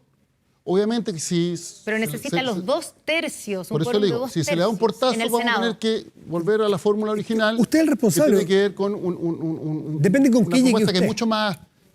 que no requiere ese nivel de amplitud. Entonces, ¿qué es lo que yo le diría a la oposición? Que aproveche la oportunidad de poder establecer en este contexto un acuerdo amplio que exige una mayoría en donde obviamente se consideren distintas miradas en el marco de un pacto fiscal. Porque en caso contrario, bueno, se puede de todas maneras insistir en el mismo proyecto, pero obviamente eso no tiene la necesidad de amplitud en términos de quienes lo apoyan para su aprobación, toda vez que una reforma tributaria se aprueba por la mayoría de los presentes, es mayoría simple. Pero entonces, para que mayoría de quórum de ley ordinaria, es decir, mayoría de los presentes, sí. Ya, para que quede bien claro, van a insistir con la reforma tributaria que fue rechazada ahora en julio en el Senado. El presidente tomó la decisión, y lo dijo así el 1 de junio en su mensaje, que este proyecto íbamos a insistir en julio, porque, Constanza, hay un elemento central en todo su mensaje, que es la voluntad de llegar a buenos acuerdos para Chile. Y nosotros vamos a insistir en el diálogo para generar un buen acuerdo para Chile con la oposición, con todos los que deseen sumarse a este esfuerzo, como lo hicimos en 40 horas, como lo hicimos en Royalty Minero, como lo hemos hecho en nuestros proyectos, también en salario mínimo. Entonces, esperamos que exista disposición de diálogo, de entendimiento. Ahora, en caso contrario, está la otra alternativa, que obviamente requiere menos votos, menos amplitud para que finalmente pero se no han apruebe. renunciado a esa posibilidad de insistir en el Senado en julio. Nosotros no vamos a renunciar a ninguna alternativa que nos permita avanzar en lo que creemos que es bueno para Chile. Aunque sea otro fracaso. Lo que pasa es que, mire, también el rasgo característico del mensaje del presidente, su interpelación no es por el gobierno, no es por su coalición, él hace una interpelación por Chile. Cuando él dice, pongámonos de acuerdo en los grandes temas, pero si se la rechazan, va a ser un hagámoslos por fracaso del Chile. gobierno, ministro. Sí, pero finalmente es un fracaso para el país. ¿Por qué razón? Porque todas estas iniciativas sociales a las cuales he hecho referencia no se van a poder financiar. Por tanto, ¿quiénes son los perjudicados? Son las personas que, por ejemplo, hoy día necesitan que se reduzca la lista de espera. O las personas que tienen una pensión que queremos aumentar en su valor. O sea, finalmente, si esto no prospera, los perjudicados son las ciudadanas y ciudadanos que van a ver que estas iniciativas que el gobierno ha diseñado para mejorar la calidad de vida no se van a poder llevar adelante. Pero en la oposición creen que como está diseñado y sin hacerle cambios, empeora la calidad de vida. De lo contrario, no votarían en contra. Nadie quiere el mal de los chilenos. Por eso dialoguemos. Por eso es una negociación política. Demora el diálogo. Yo no entiendo por qué. La pregunta es, 40 horas. Mire, al diálogo. Usted mencionó 40 horas y es muy interesante porque salió 40 horas, en algún momento lo dieron por muerto. Pero 40 horas, ¿cómo terminó siendo? Es el título 40 horas, pero con muchos elementos que tenía incluso el proyecto original del gobierno del presidente Piñera. Y de eso se trata la política, ¿no es cierto? Aunar distintas voluntades, ideas y propósitos. Por lo tanto, si ustedes van en julio a insistir con lo mismo sería pedalear sin cadena. Por lo tanto, ustedes van a llegar con cosas distintas. Y a usted le va a tocar ir, como negociador, ir con nuevas ofertas políticas para convencer y conseguir los votos. ¿Con qué nuevo va a llegar usted para que efectivamente se logre este pacto? Bueno, le insisto, el presidente tiene voluntad de acuerdos buenos para Chile. Y él incluso en su mensaje dijo, el acuerdo implica que nadie está 100%... ¿Con qué va a llegar a conseguir el acuerdo? Perdón. Nos parece que es fundamental el pacto fiscal. ¿Por qué razón? Mire, primero, porque aumentar la recaudación a través de la reforma tributaria. Segundo, nos permite avanzar en justicia tributaria. Porque tenemos a veces tributos que hacen que los paguen no quienes son los más necesitados ni los que tienen más recursos. En tercer lugar, se han transparentado las necesidades de gasto. Es decir, se señala, se requieren más recursos y ¿para qué? Sí. En cuarto lugar, hemos planteado la eficiencia del gasto, la modernización del Estado, eso nos parece que es fundamental. En quinto lugar, el ministro Marcela ha planteado que tiene que haber un acuerdo para monitorear el efecto de la reforma, porque en Chile ha habido muchas reformas y después no se hace una evaluación de cuál ha sido el impacto. O no, claro. Agrego, adicionalmente, hemos señalado que esto tiene que ir acompañado de medidas pro inversión, pro crecimiento, pro empleo. El ministro Grau está trabajando en todo lo que es la modernización de los sistemas de permiso para facilitar las inversiones. Y lo más importante, creemos que un acuerdo de esta naturaleza, con este nivel de amplitud, permite entregar certidumbre, que es fundamental para la economía. Y por eso hemos hablado de un pacto fiscal que es mucho más amplio que una reforma tributaria, pero que tiene como uno de sus elementos centrales fundamentales la reforma tributaria. Su experiencia le indica que el rechazo que uno ve de un sector de la oposición tiene que ver con un rechazo real de fondo o con una forma de negociar. ¿Por qué se lo digo? Porque usted lleva años en esto y sabe negociar como pocos. Y todos dicen que usted es de los buenos negociadores que hay. Por lo tanto, usted está viendo que hay un poco una parada, perdón lo coloquial, o hay realmente un divorcio de ideas que va a ser difícil. Bueno, precisamente para que este diálogo prospere, no me corresponde estar adivinando intenciones.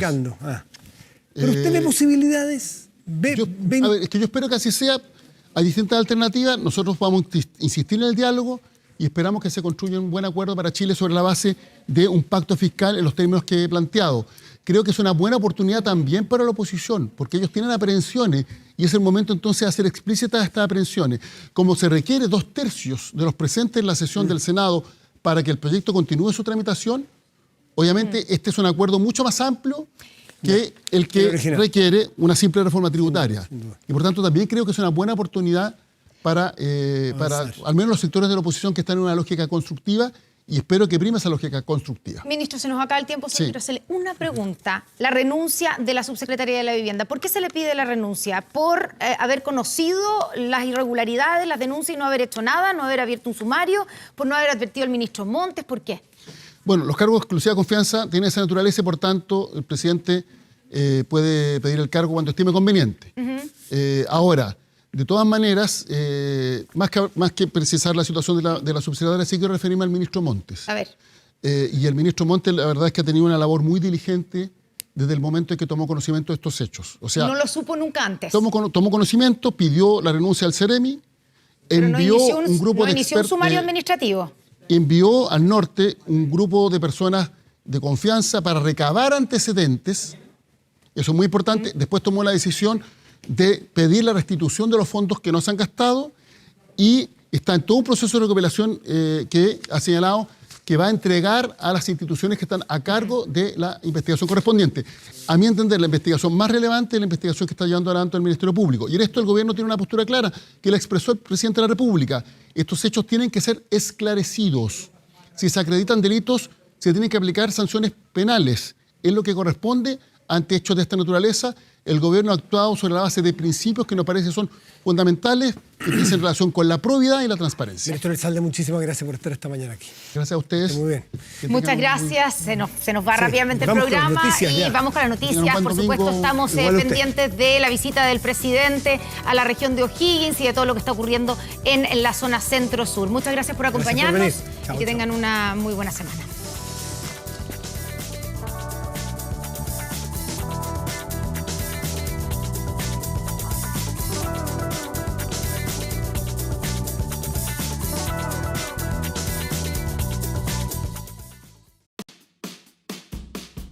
Con el auspicio de Toyota Fortuner. El futuro está aquí. Y Rexmas.com. Hemos presentado Estado Nacional.